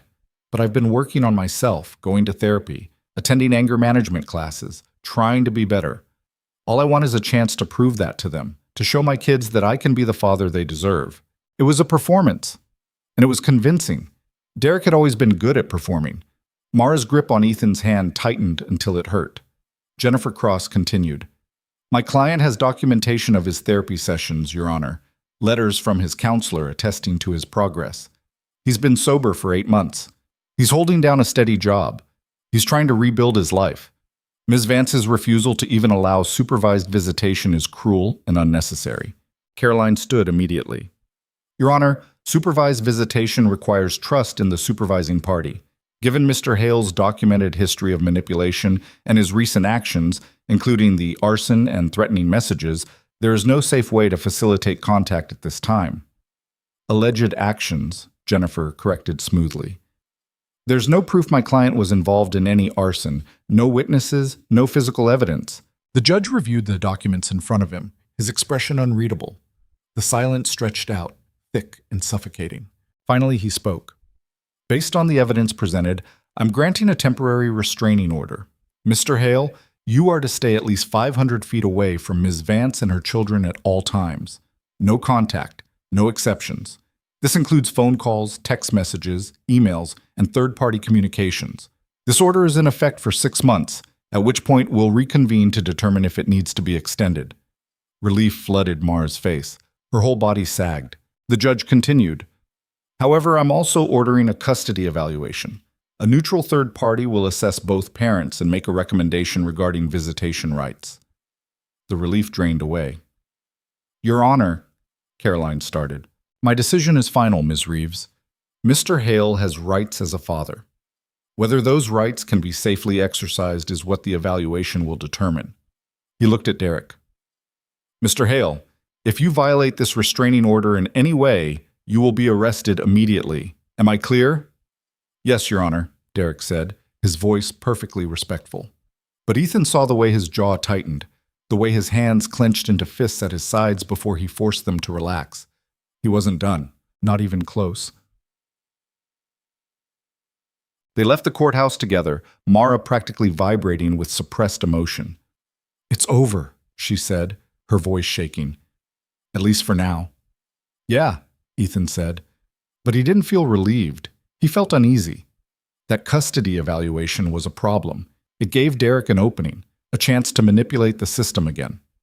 As they walked to the truck, Ethan glanced back and saw Derek standing on the courthouse steps, talking to his lawyer. Then Derek's eyes found them, and he smiled. It was the smile of a man who knew something they didn't. Ethan didn't like it. "Come on," he said, guiding Mara to the truck. "Let's get out of here." They drove back to the ranch, and for a few hours, things almost felt normal. Mara made dinner, spaghetti and garlic bread, the kids' favorite. The kids did homework at the kitchen table. Ethan fixed a leaky pipe in the bathroom. But that night, Ethan couldn't sleep. He kept thinking about Derek's smile, the way he'd looked so calm in court, too calm, like he was playing a longer game than any of them realized. Around midnight, Ethan got up and checked the doors, the windows. Everything was locked. He stood in the living room looking out at the yard, and that's when he saw it. A flicker of light, small, distant, near the barn. Ethan's heart stopped. He grabbed the shotgun from the mudroom, checked that it was loaded, and stepped outside. The night was cool and clear, stars scattered across the sky like broken glass. He moved quietly across the yard, the shotgun raised, his finger near the trigger. The light was coming from inside the barn. Someone was in there. Ethan approached slowly, listening. He could hear movement inside, footsteps, something being dragged across the floor. When he pushed the barn door open, the smell hit him first. Gasoline. And standing in the middle of the barn, holding a gas can in one hand and a lighter in the other, was Derek. "Evening," Derek said, his voice eerily calm. He was wearing dark clothes, black jeans, black jacket. His face was mostly in shadow, but his eyes caught the light. Wild, unhinged.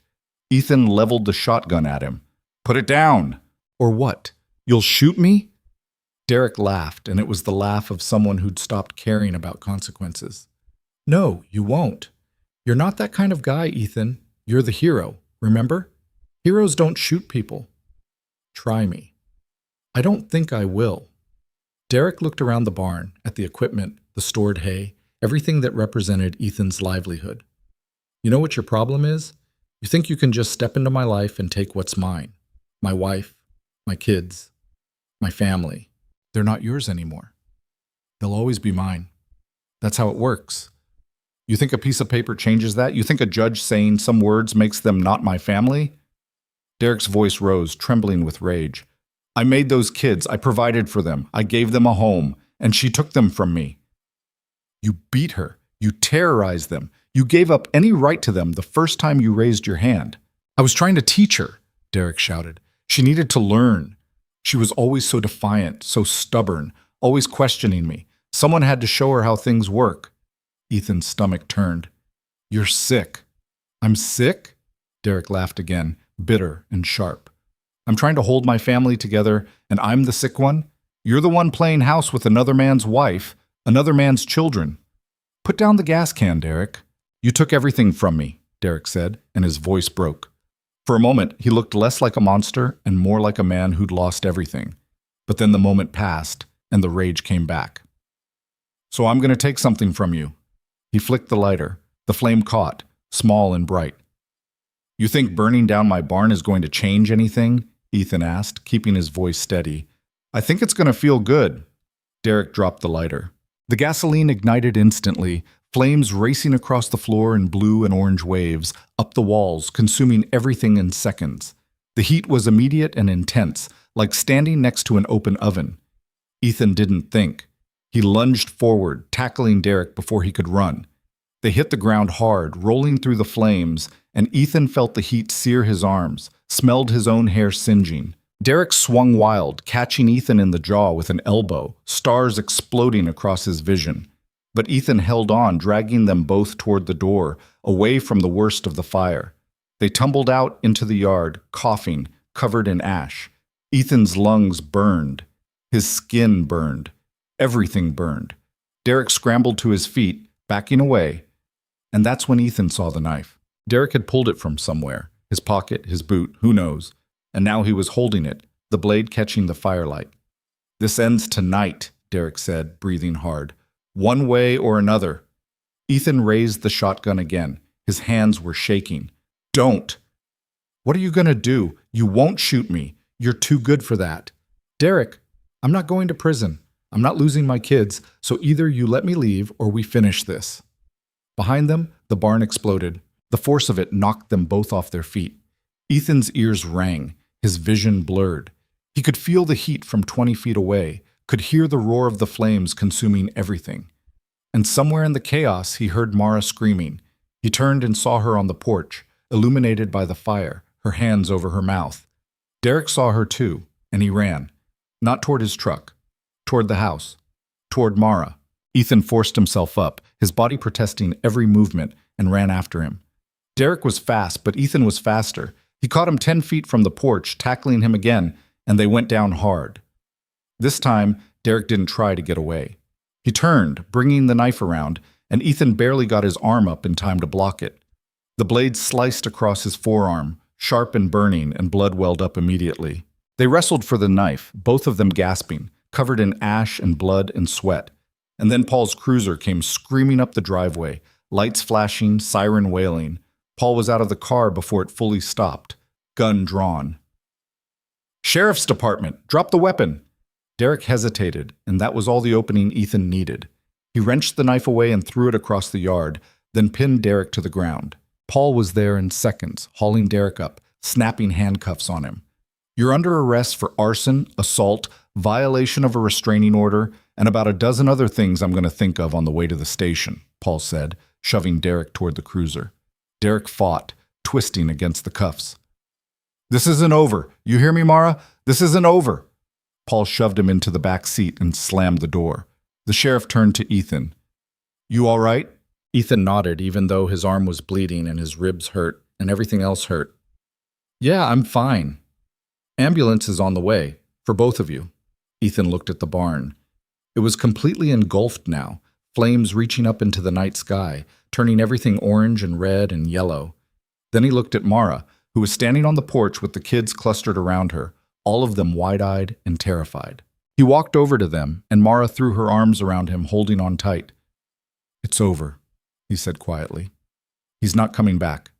But even as he said it, he wasn't sure he believed it. Derek was arraigned 2 days later. The charges were serious: arson, assault with a deadly weapon, violation of a restraining order, attempted murder. The prosecutor said he was looking at 15 years minimum, maybe 20, but Derek made bail. $10,000. Posted by someone Ethan didn't recognize, some friend or relative Derek had convinced to help him, and just like that, he was out. Paul called Ethan the moment it happened. "He's out," the sheriff said, his voice tight with frustration. "I tried to fight it, argued he was a flight risk and a danger to the community, but the judge—" "I know," Ethan said. He was standing in what was left of the barn, looking at the charred beams and twisted metal. "Thanks for the warning." "He's going to come back, Ethan. You know that, right? Guys like this don't stop, not until someone makes them." "Yeah, I know." "What are you going to do?" Ethan looked out in the house, where Mara was in the yard with the kids, trying to keep them distracted, trying to pretend everything was normal. "Whatever I have to," he said. Paul was quiet for a moment. "Be careful." "I will." But careful wasn't going to be enough. Not anymore. Derek came back 3 nights later. It was past midnight. The house was dark. Everyone was asleep, except Ethan. He'd been sitting in the living room, shotgun across his lap, waiting. He'd known Derek would come back. It was just a matter of when. He heard the glass break first, kitchen window, soft, careful. Someone trying to be quiet. Ethan was on his feet instantly, moving through the house, silent and fast. He'd practiced this route a dozen times in his head, knew every creaky board, every turn. He found Derek in the hallway, knife in hand, moving toward the bedrooms where the kids slept. "Stop," Ethan said, raising the shotgun. Derek turned, and in the dim light from the window, Ethan could see his eyes were wild, unhinged. This wasn't the calculated Derek from the courthouse. This was someone who'd lost everything and had nothing left to lose. "I told you this wasn't over," Derek said. "Yeah, you did." "Where are they?" "You're not getting near them?" Derek laughed, and it was the laugh of someone broken beyond repair. "You think you can stop me? You think you're going to be the hero? Save the day?" "I think you're done hurting them." "They're mine. They'll always be mine, and if I can't have them—" Derek's grip tightened on the knife. "Then nobody can." He lunged. Ethan fired. The shotgun blast was deafening in the enclosed space, and Derek went down hard, clutching his leg, screaming. Blood spread across the wooden floor, dark and wet. Ethan stepped over him, kicking the knife away. "Stay down." Behind him, a door opened. Mara stood there, the kids clustered behind her, all of them wide-eyed with shock. She looked at Derek, then at Ethan. "It's over," Ethan said. "For real this time." And as Paul's sirens wailed in the distance, getting closer, Ethan finally let himself believe it. The sirens came fast. Paul must have been close, maybe already on his way, sensing something was about to break. The flashing red and blue lights cut through the darkness, painting the walls of Ethan's house in stuttering color, turning everything into a fever dream of light and shadow. Derek was still on the floor, clutching his leg, cursing through gritted teeth. The pellets had caught him in the thigh, shredding muscle and maybe nicking bone. Blood pooled beneath him, dark against the wooden board, spreading in a slow, inexorable circle. The knife Ethan had kicked away sat in the corner, evidence of intent. Evidence of what Derek had come here to do. Mara hadn't moved from the doorway. She stood frozen, one hand on the frame, the other stretched back toward the kids who were huddled behind her like baby birds in a nest. Her eyes were locked on Derek, and Ethan couldn't tell if what he saw there was fear or something else entirely. Relief, maybe. Or the beginnings of freedom. Or maybe just shock. The kind that came from watching your worst nightmare bleed out on someone else's floor. Paul burst through the front door, gun drawn, 2 deputies behind him. He took in the scene in a second. Derek bleeding on the floor, Ethan standing over him with the shotgun, Mara and the kids in the hallway, glass from the broken window scattered across the kitchen floor. "Ethan," Put the weapon down, Paul said, his voice calm but firm. The voice of someone who'd done this too many times. Ethan lowered the shotgun slowly, setting it on the floor with deliberate care. He broke in, had a knife, was heading for the bedrooms. Paul nodded to one of the deputies, a young guy named Martinez, who looked like he was trying very hard not to stare at all the blood. Call an ambulance and get photos of everything, the broken window, the knife, all of it. The deputy moved immediately, pulling out his radio. Paul crouched next to Derek, checking the wound with the practiced efficiency of someone who'd seen plenty of gunshot injuries. You're lucky he didn't aim higher. Derek spat blood. His face was twisted with pain and rage. I want him arrested. He shot me. Yeah, on your own victim's property, while armed in violation of a restraining order. Paul stood up, his expression flat. You're not pressing charges. You're going to prison. I want a lawyer. You'll get one. Right after they patch up your leg. Paul looked at Ethan. You all right? Yeah. Kids?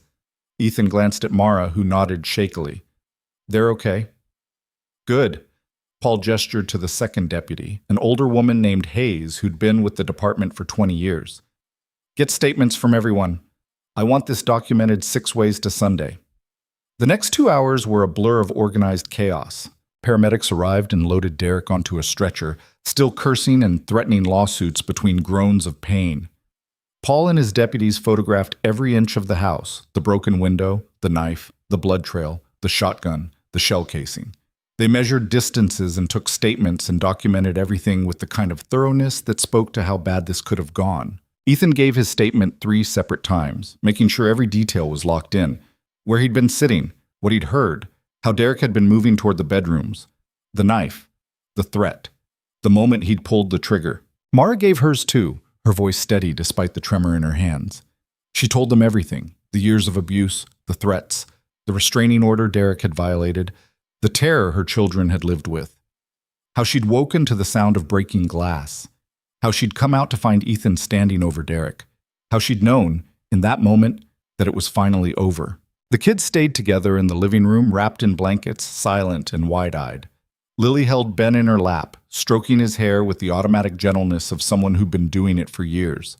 The twins sat pressed against each other, holding hands, not speaking. They looked exhausted, traumatized. But they also looked safe. Finally, around 3 a.m, Paul told his deputies they could leave. He stayed behind, sitting at the kitchen table with Ethan while Mara put the kids to bed. He's going away for a long time, Paul said, accepting the coffee Ethan offered. Breaking and entering, armed assault, violation of a protective order, attempted harm against minors. The DA's going to throw everything at him. Good. You did the right thing, shooting him. Ethan stared at his hands. They were still shaking slightly, the adrenaline working its way out of his system. Didn't feel like I had a choice. You didn't, but that doesn't make it easy. No. Paul was quiet for a moment, sipping his coffee. How you holding up? I don't know. Ask me tomorrow. Fair enough. The sheriff stood, setting down his mug. I'll swing by in the morning, check on everyone. You need anything tonight? You call me. Appreciate it, Paul. And Ethan? Paul paused at the door. You saved their lives. Don't forget that. After the sheriff left, Ethan sat alone in the kitchen, listening to the silence. The kind of silence that comes after a storm, when the world is still catching its breath. The adrenaline was wearing off now, leaving him hollowed out and exhausted. His ribs ached from where Derek had hit him during the barn fight. His arm hurt where the knife had sliced him. He'd gotten it stitched up at the hospital, 8 neat sutures holding the wound closed. His hands hurt from gripping the shotgun so tight, but worse than the physical pain was the weight of what had just happened. He'd shot a man, not killed him. The leg wound would heal, though Derek would probably walk with a limp for the rest of his life. But Ethan had pulled the trigger, and that was something he couldn't take back, something that would sit with him forever. He'd done it to protect Mara and the kids. He knew that. He'd do it again if he had to. There wasn't a doubt in his mind about that, but it still sat heavy in his chest like a stone. Footsteps on the stairs pulled him from his thoughts. Mara appeared in the doorway, looking as drained as he felt. She'd changed into pajamas, her hair pulled back, but there were still smudges of ash on her face from when she'd run out during the barn fire. They're asleep, finally. That's good. She crossed to the table and sat down across from him. For a long moment, neither of them spoke. The clock on the wall ticked. The refrigerator hummed, normal sounds in an abnormal night. Then Mara said, "Thank you." Ethan looked up. For what? For not letting him get to them. For standing between us and... Her voice broke. She took a breath, steadying herself. For everything. You don't need to thank me. Yes, I do. You didn't have to do any of this. You could have sent us away the first day I showed up at your door with blood on my hands and desperation in my eyes. Could have told me Derek was my problem, not yours, but you didn't. No, I didn't. Why? Ethan thought about it. He'd been asking himself the same question for weeks now, turning it over in his mind like a stone. Because you needed help, and I could give it, that's all. That's not all. He met her eyes. What do you want me to say, Mara? The truth. Ethan exhaled slowly, running a hand through his hair. The truth is, I don't know. Maybe I saw something in you that reminded me of myself. Someone who'd been knocked down too many times but kept getting back up. Maybe I just got tired of being alone out here with nothing but cattle and ghosts. Or maybe I just thought those kids deserved better than what they had. He paused. And maybe you deserve better too. Mara's eyes filled with tears, but she blinked them back, furious and determined. I don't know how to do this. Do what? Accept help. Trust people. Let someone else carry the weight for a while. She wiped at her eyes roughly with the heel of her hand. I've been on my own so long, taking care of everything myself. I don't know how to be anything else. You don't have to figure it out tonight. When then? Whenever you're ready. She looked at him for a long time, her expression shifting through emotions he couldn't name. Then she reached across the table and took his hand. Her grip was warm, steady, real. Okay, she said quietly. And for the first time since Ethan had met her, Mara Vance didn't look like she was about to run. She looked like she might actually stay. The trial happened faster than Ethan expected. Derek's lawyer tried to fight the charges, tried to paint him as a victim of circumstance, a father just trying to see his kids who'd been driven to desperate measures by an unstable ex-wife. But the evidence was overwhelming. The broken window, the knife, the restraining order violation, the arson, the assault, Ethan's testimony, Mara's testimony. Even the kids had to give statements, though Caroline made sure they didn't have to face Derek in court. The jury didn't even deliberate for a full day. Guilty on all counts. The judge sentenced Derek to 15 years, with the possibility of parole after 12 if he demonstrated good behavior and completed anger management and rehabilitation programs. He was also ordered to have no contact with Mara or the children, and his parental rights were terminated. Permanently. Mara sat in the courtroom and cried when the verdict was read. Not out of sadness, out of relief so profound it physically hurt, out of the realization that it was really, truly over. Outside the courthouse, Lily hugged her mother tight. Is he gone, Mama? Yeah, baby, he's gone. For real this time? For real. The kids didn't cheer, they didn't celebrate. They just stood there in the afternoon sunlight, processing what freedom felt like after living in fear for so long. Ben held Mara's hand. The twins leaned against each other. Lily looked up at the sky like she was seeing it for the first time. Ethan stood a few feet away, giving them space, and caught Paul's eye. The sheriff nodded once, a silent acknowledgement that justice, for once, had actually been served. They'd won. Dagged. Rebuilding took time, not just the barn, though Ethan started on that within 2 weeks, with Mara helping him frame out the new structure. The insurance money came through, enough to replace what had been lost and then some. They built it bigger this time, stronger, with better ventilation and a concrete floor that wouldn't burn. But rebuilding their lives took longer. Mara filed for divorce. It went through without contest. Derek didn't even show up to the hearing, didn't send a lawyer, didn't fight it. He was locked up in the state penitentiary 300 miles away, and that was exactly where he belonged. She got full custody of the kids, legal, permanent, no question. Her name on every document, her rights protected, her family secured. And slowly, carefully, she started letting herself believe it was real. The kids changed too. Not overnight. Trauma didn't work that way. Didn't just evaporate because the source of it was gone. But bit by bit, day by day, they started acting like kids again. Lily's nightmares became less frequent. She started sleeping through the night, stopped checking the locks on the doors before bed. She laughed more, read more, started talking about what she wanted to be when she grew up, a veterinarian or maybe a teacher. She wasn't sure yet. Ben stopped clinging to Mara every second. He started playing with the other kids, running through the fields, getting dirty and scraped up the way 5-year-olds should. He made friends at kindergarten and came home every day with stories about what they'd done at recess. The twins started laughing again, loud and unrestrained. Sam tried out for soccer and made the team, spent hours practicing in the yard until his legs were covered in grass stains. Sophie discovered she liked art, spent afternoons drawing elaborate pictures of horses and mountains and the ranch. She was good too, had a real talent for it. They enrolled in school that fall. Real school, not the makeshift homeschooling Mara had been doing on the run, moving from place to place, always looking over her shoulder. They had backpacks and lunch boxes and school supplies. They had teachers and classmates and homework and field trips. They had normal. And normal, Ethan learned, was a kind of miracle. Ethan watched it all unfold, not quite sure where he fit in this new version of their lives. He'd been the protector, the provider, the one standing between them and danger. His role had been clear when Derek was a threat, but now there was no danger. So what was he? Mara answered that question one evening in late October. They were sitting on the porch, watching the sun set over the hills. The new barn stood solid and complete against the skyline. The kids were inside doing homework, their voices carrying through the open window, Lily helping Ben with his letters, the twins arguing good-naturedly about whose turn it was to feed the horses. "I've been thinking," Mara said. "Yeah?" "About staying." Ethan looked at her.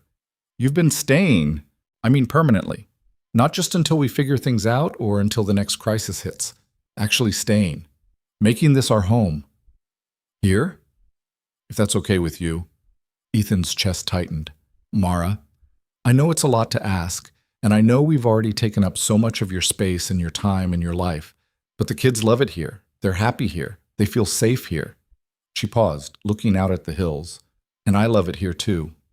You don't have to ask permission to stay." "Don't I?"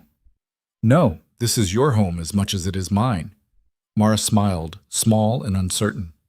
"I don't know how to do that. Make a place feel like home. I've spent so long running that I forgot what staying feels like." "Then we'll figure it out together." She looked at him, and something shifted in her expression. Something soft and tentative and new. Something that looked like hope. "Together." "Yeah." She leaned her head against his shoulder, and Ethan put his arm around her, and they sat there as the sun painted the sky in shades of orange and pink and purple. And for the first time in a long time, the future didn't feel like something to survive. It felt like something to build. By December, the new barn was finished and fully operational. It wasn't fancy. Just 4 walls, a roof, and enough space to keep the equipment dry and the horses comfortable. But it was solid, built to last, better than the old one had been. Ethan stood back, looking at it, and felt a strange sense of pride. A few months ago, Derek had burned the old one down out of spite, a petty act of destruction meant to hurt and intimidate and control. But all he'd done was make room for something better. Mara walked up beside him, paint-stained hands tucked into her jacket pockets. She'd been repainting the guest room, turning it into a real bedroom for the kids instead of a temporary space. Real beds instead of air mattresses. Dressers instead of living out of bags. Posters on the walls. Books on shelves. Permanence. "Looks good," she said, nodding at the barn. "Yeah, it does. You did good work. We did good work." She smiled at that small, genuine smile that had become more frequent lately. "Yeah, we did." They stood there in comfortable silence, and Ethan realized something. He'd spent years on this ranch alone, telling himself he was fine with it, that he didn't need anyone, that solitude was easier than letting people in, safer than risking getting hurt again. But he'd been lying to himself, because this, standing here with Mara, listening to the kids' laughter from inside the house, knowing they'd all be sitting down to dinner together in an hour, this was better than anything he'd had before. This was what home was supposed to feel like. Christmas came quietly. Ethan hadn't celebrated in years, hadn't seen the point when it was just him and the cattle and the empty house. But Mara insisted, and the kids were so excited that he couldn't say no. They put up a tree, a real one, not artificial. Drove out to a lot and picked one together, the kids running between the rows arguing about which was the perfect height. They ended up with a slightly lopsided pine that leaned to the left, but the kids loved it, and that was what mattered. They strung lights around the porch, hung stockings from the mantel, baked cookies that burned on the bottom, but tasted good anyway. The house smelled like cinnamon and pine and home. On Christmas morning, the kids tore through their presents like small tornadoes. Books, toys, clothes that actually fit, bought specifically for them instead of pulled from donation bins. Simple things that meant everything. Lily got a new book about horses, a thick hardcover encyclopedia with glossy photos, and immediately started reading it at the kitchen table, barely looking up even when Ethan offered her breakfast. The twins got matching soccer balls and spent the afternoon kicking them around the yard, their breath fogging in the cold air, their cheeks red from the wind and the exercise and the joy. Ben got a stuffed bear that he immediately named Mr. Ethan, which made Mara laugh so hard she cried. The boy carried it everywhere for the rest of the day, introducing it to the horses and the cattle and explaining very seriously that Mr. Ethan was going to help him be brave. And Mara got something she hadn't expected. Ethan handed her a small envelope after the kids had run outside to play. "What's this?" she asked, turning it over in her hands. "Open it." She did, carefully, like it might contain something fragile. Inside was a deed. For the ranch. Her name was on it. Right next to his. Mara stared at it, her mouth opening and closing like she couldn't find the words.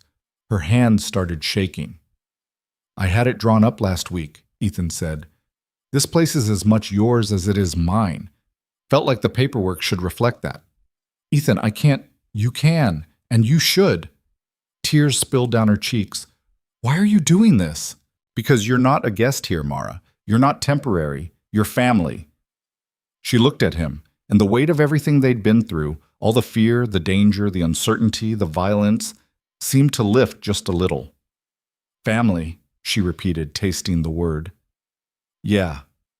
She set the deed down carefully on the table and threw her arms around him, holding on tight, her face buried in his shoulder. And Ethan held her back, feeling something settle in his chest that had been restless for years. Peace. Bucket. Spring came with new beginnings. The ranch started turning a profit for the first time in years. Mara had taken over the books, streamlining everything, finding inefficiencies Ethan hadn't even noticed because he'd been too close to it for too long. She was sharp with numbers, sharper than he'd ever been, and the operation ran smoother because of it. They hired seasonal help for the first time, 2 local guys who needed work and didn't ask too many questions. Built 2 new fence lines, expanded the herd by 20 head, started talking about getting chickens, maybe some pigs. The ranch was growing. The kids thrived. Lily got straight A's and was already reading at a middle school level. Sam made the soccer team and scored 3 goals in his first game. Sophie won a ribbon at the county art fair for a watercolor painting of the ranch at sunset. Ben started kindergarten and came home every day with stories about his new friends and what they'd learned. They were happy, really, truly happy. And somewhere in the middle of all that growth and rebuilding and living, Ethan and Mara stopped being 2 separate people sharing space and started being something more. It wasn't dramatic. There was no big confession or sweeping romantic gesture. No moment where everything suddenly clicked into place. It was quiet, gradual, natural. A hand held a little longer. A smile that meant more than words. Conversations that stretched late into the night on the porch, talking about everything and nothing. The kids' futures, the ranch's plans, memories good and bad, dreams they'd thought they'd lost. One evening in May, after the kids were asleep, Mara turned to Ethan and said, "I think I'm falling in love with you." Ethan looked at her, surprised but not surprised. "You think? Okay, I know. I'm falling in love with you." She paused. "Actually, that's not quite right either. I think I already fell. Past tense. I'm in love with you." "Good." "Good?" "Yeah, because I'm already there too. Have been for a while now." She laughed, and it was the most beautiful sound he'd ever heard, free and light and unguarded. "So what now?" "Now we keep going, keep building, Keep figuring it out as we go. Together. Together. She kissed him then, soft and certain, and Ethan felt the last piece of his broken life click into place. By summer, the ranch was unrecognizable from the place it had been a year and a half ago. Not just physically, though the new barn, the repaired fences, the fresh paint on the house, and the garden Mara had started all made a difference. But the energy was different, the feeling. It wasn't a lonely place anymore. It was alive. The kids ran wild through the fields, chasing grasshoppers and climbing trees and building forts in the hayloft. Mara worked beside Ethan every day, their rhythm so in sync it was like they'd been doing it for years instead of months. The cattle were healthy. The horses were happy. Everything was growing. One evening in late June, Ethan stood on the porch and watched the sun set over the hills. The sky was painted in shades of orange and gold, and the air smelled like grass and dust in summer. Mara came out to join him, slipping her hand into his. Her fingers were calloused now from work, strong and sure. "You ever think about how different things could have been?" she asked. "How do you mean?" "If I hadn't shown up that morning, if you'd turned me away, if Derek had succeeded in any of his attempts to drag us back." Ethan thought about it. "Yeah, sometimes.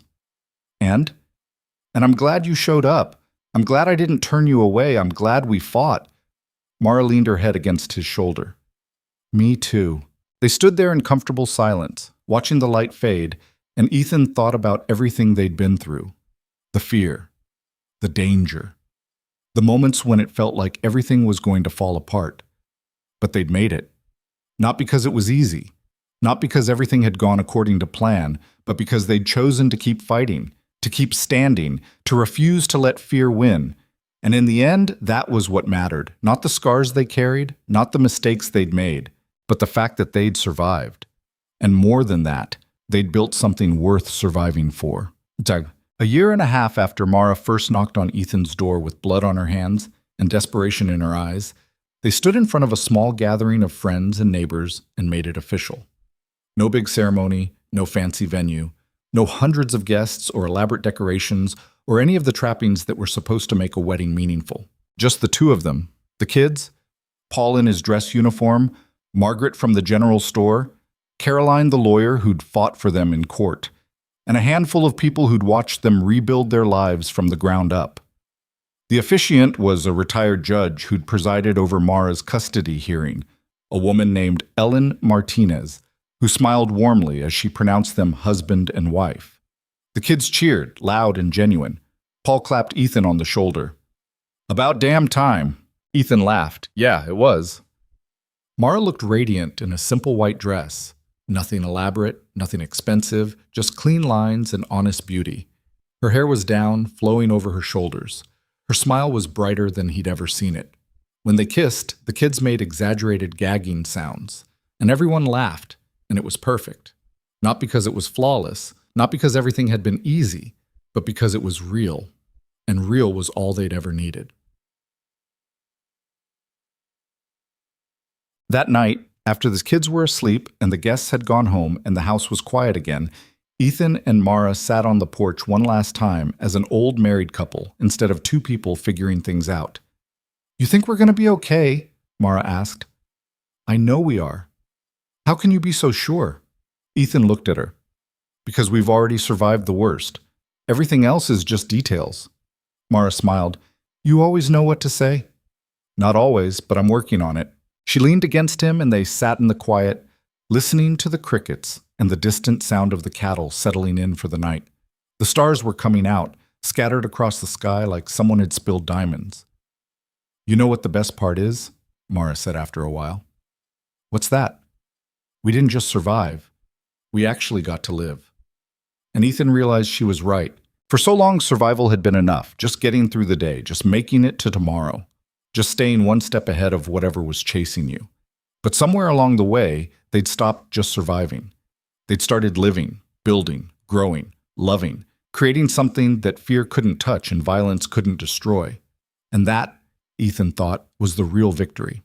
Not the courtroom win, not the restraining order, not even Derek going to prison for 15 years. The victory was this: Sitting on a porch with the woman he loved, knowing their kids were safe upstairs, knowing tomorrow would bring new challenges and new joys and new moments of ordinary magic, knowing they'd face it all together.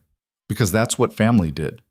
Not the family you were born into, not the family you were stuck with by accident of blood and biology, but the family you chose. The family you built with your own hands, one decision at a time, one day at a time, one moment of choosing to stay when it would have been easier to leave.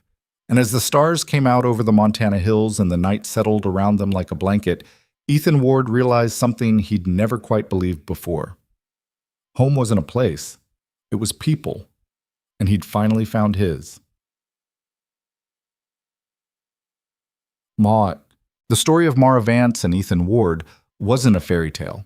There was no magic solution, no perfect ending where all the pain disappeared and everything was easy and nothing ever hurt again. But there was healing, slow and imperfect and sometimes painful, but real. There was growth, the kind that comes from facing your fears instead of running from them.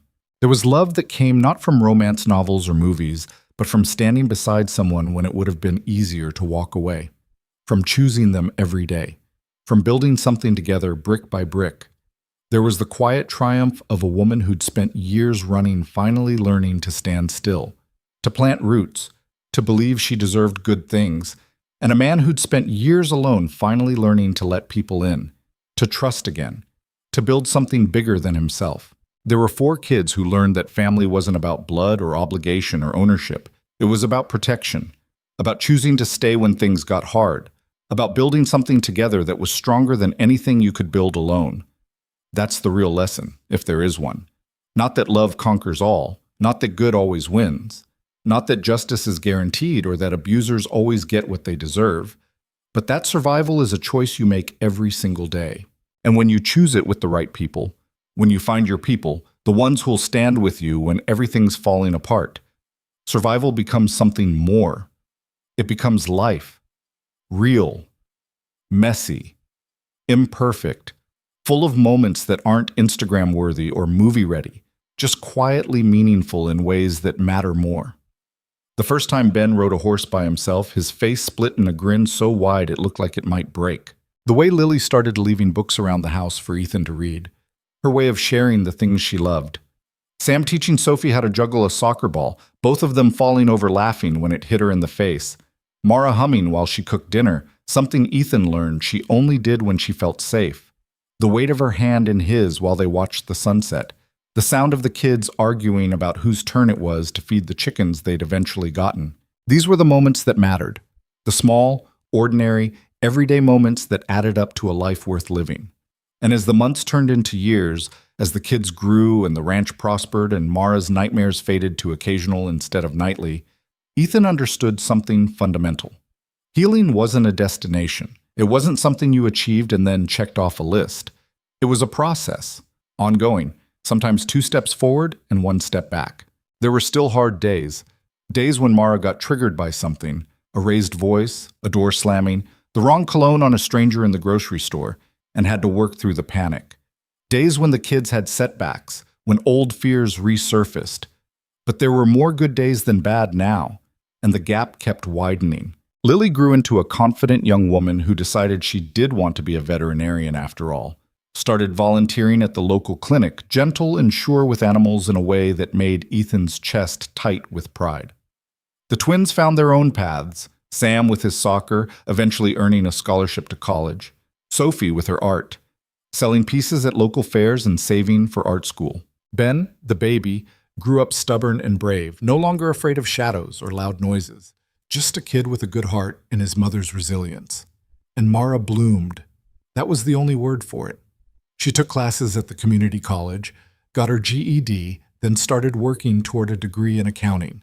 Took over the ranch's finances completely, expanded their operation, made connections with other ranchers. She learned to trust her own judgment, to speak up when something bothered her, to take up space without apologizing.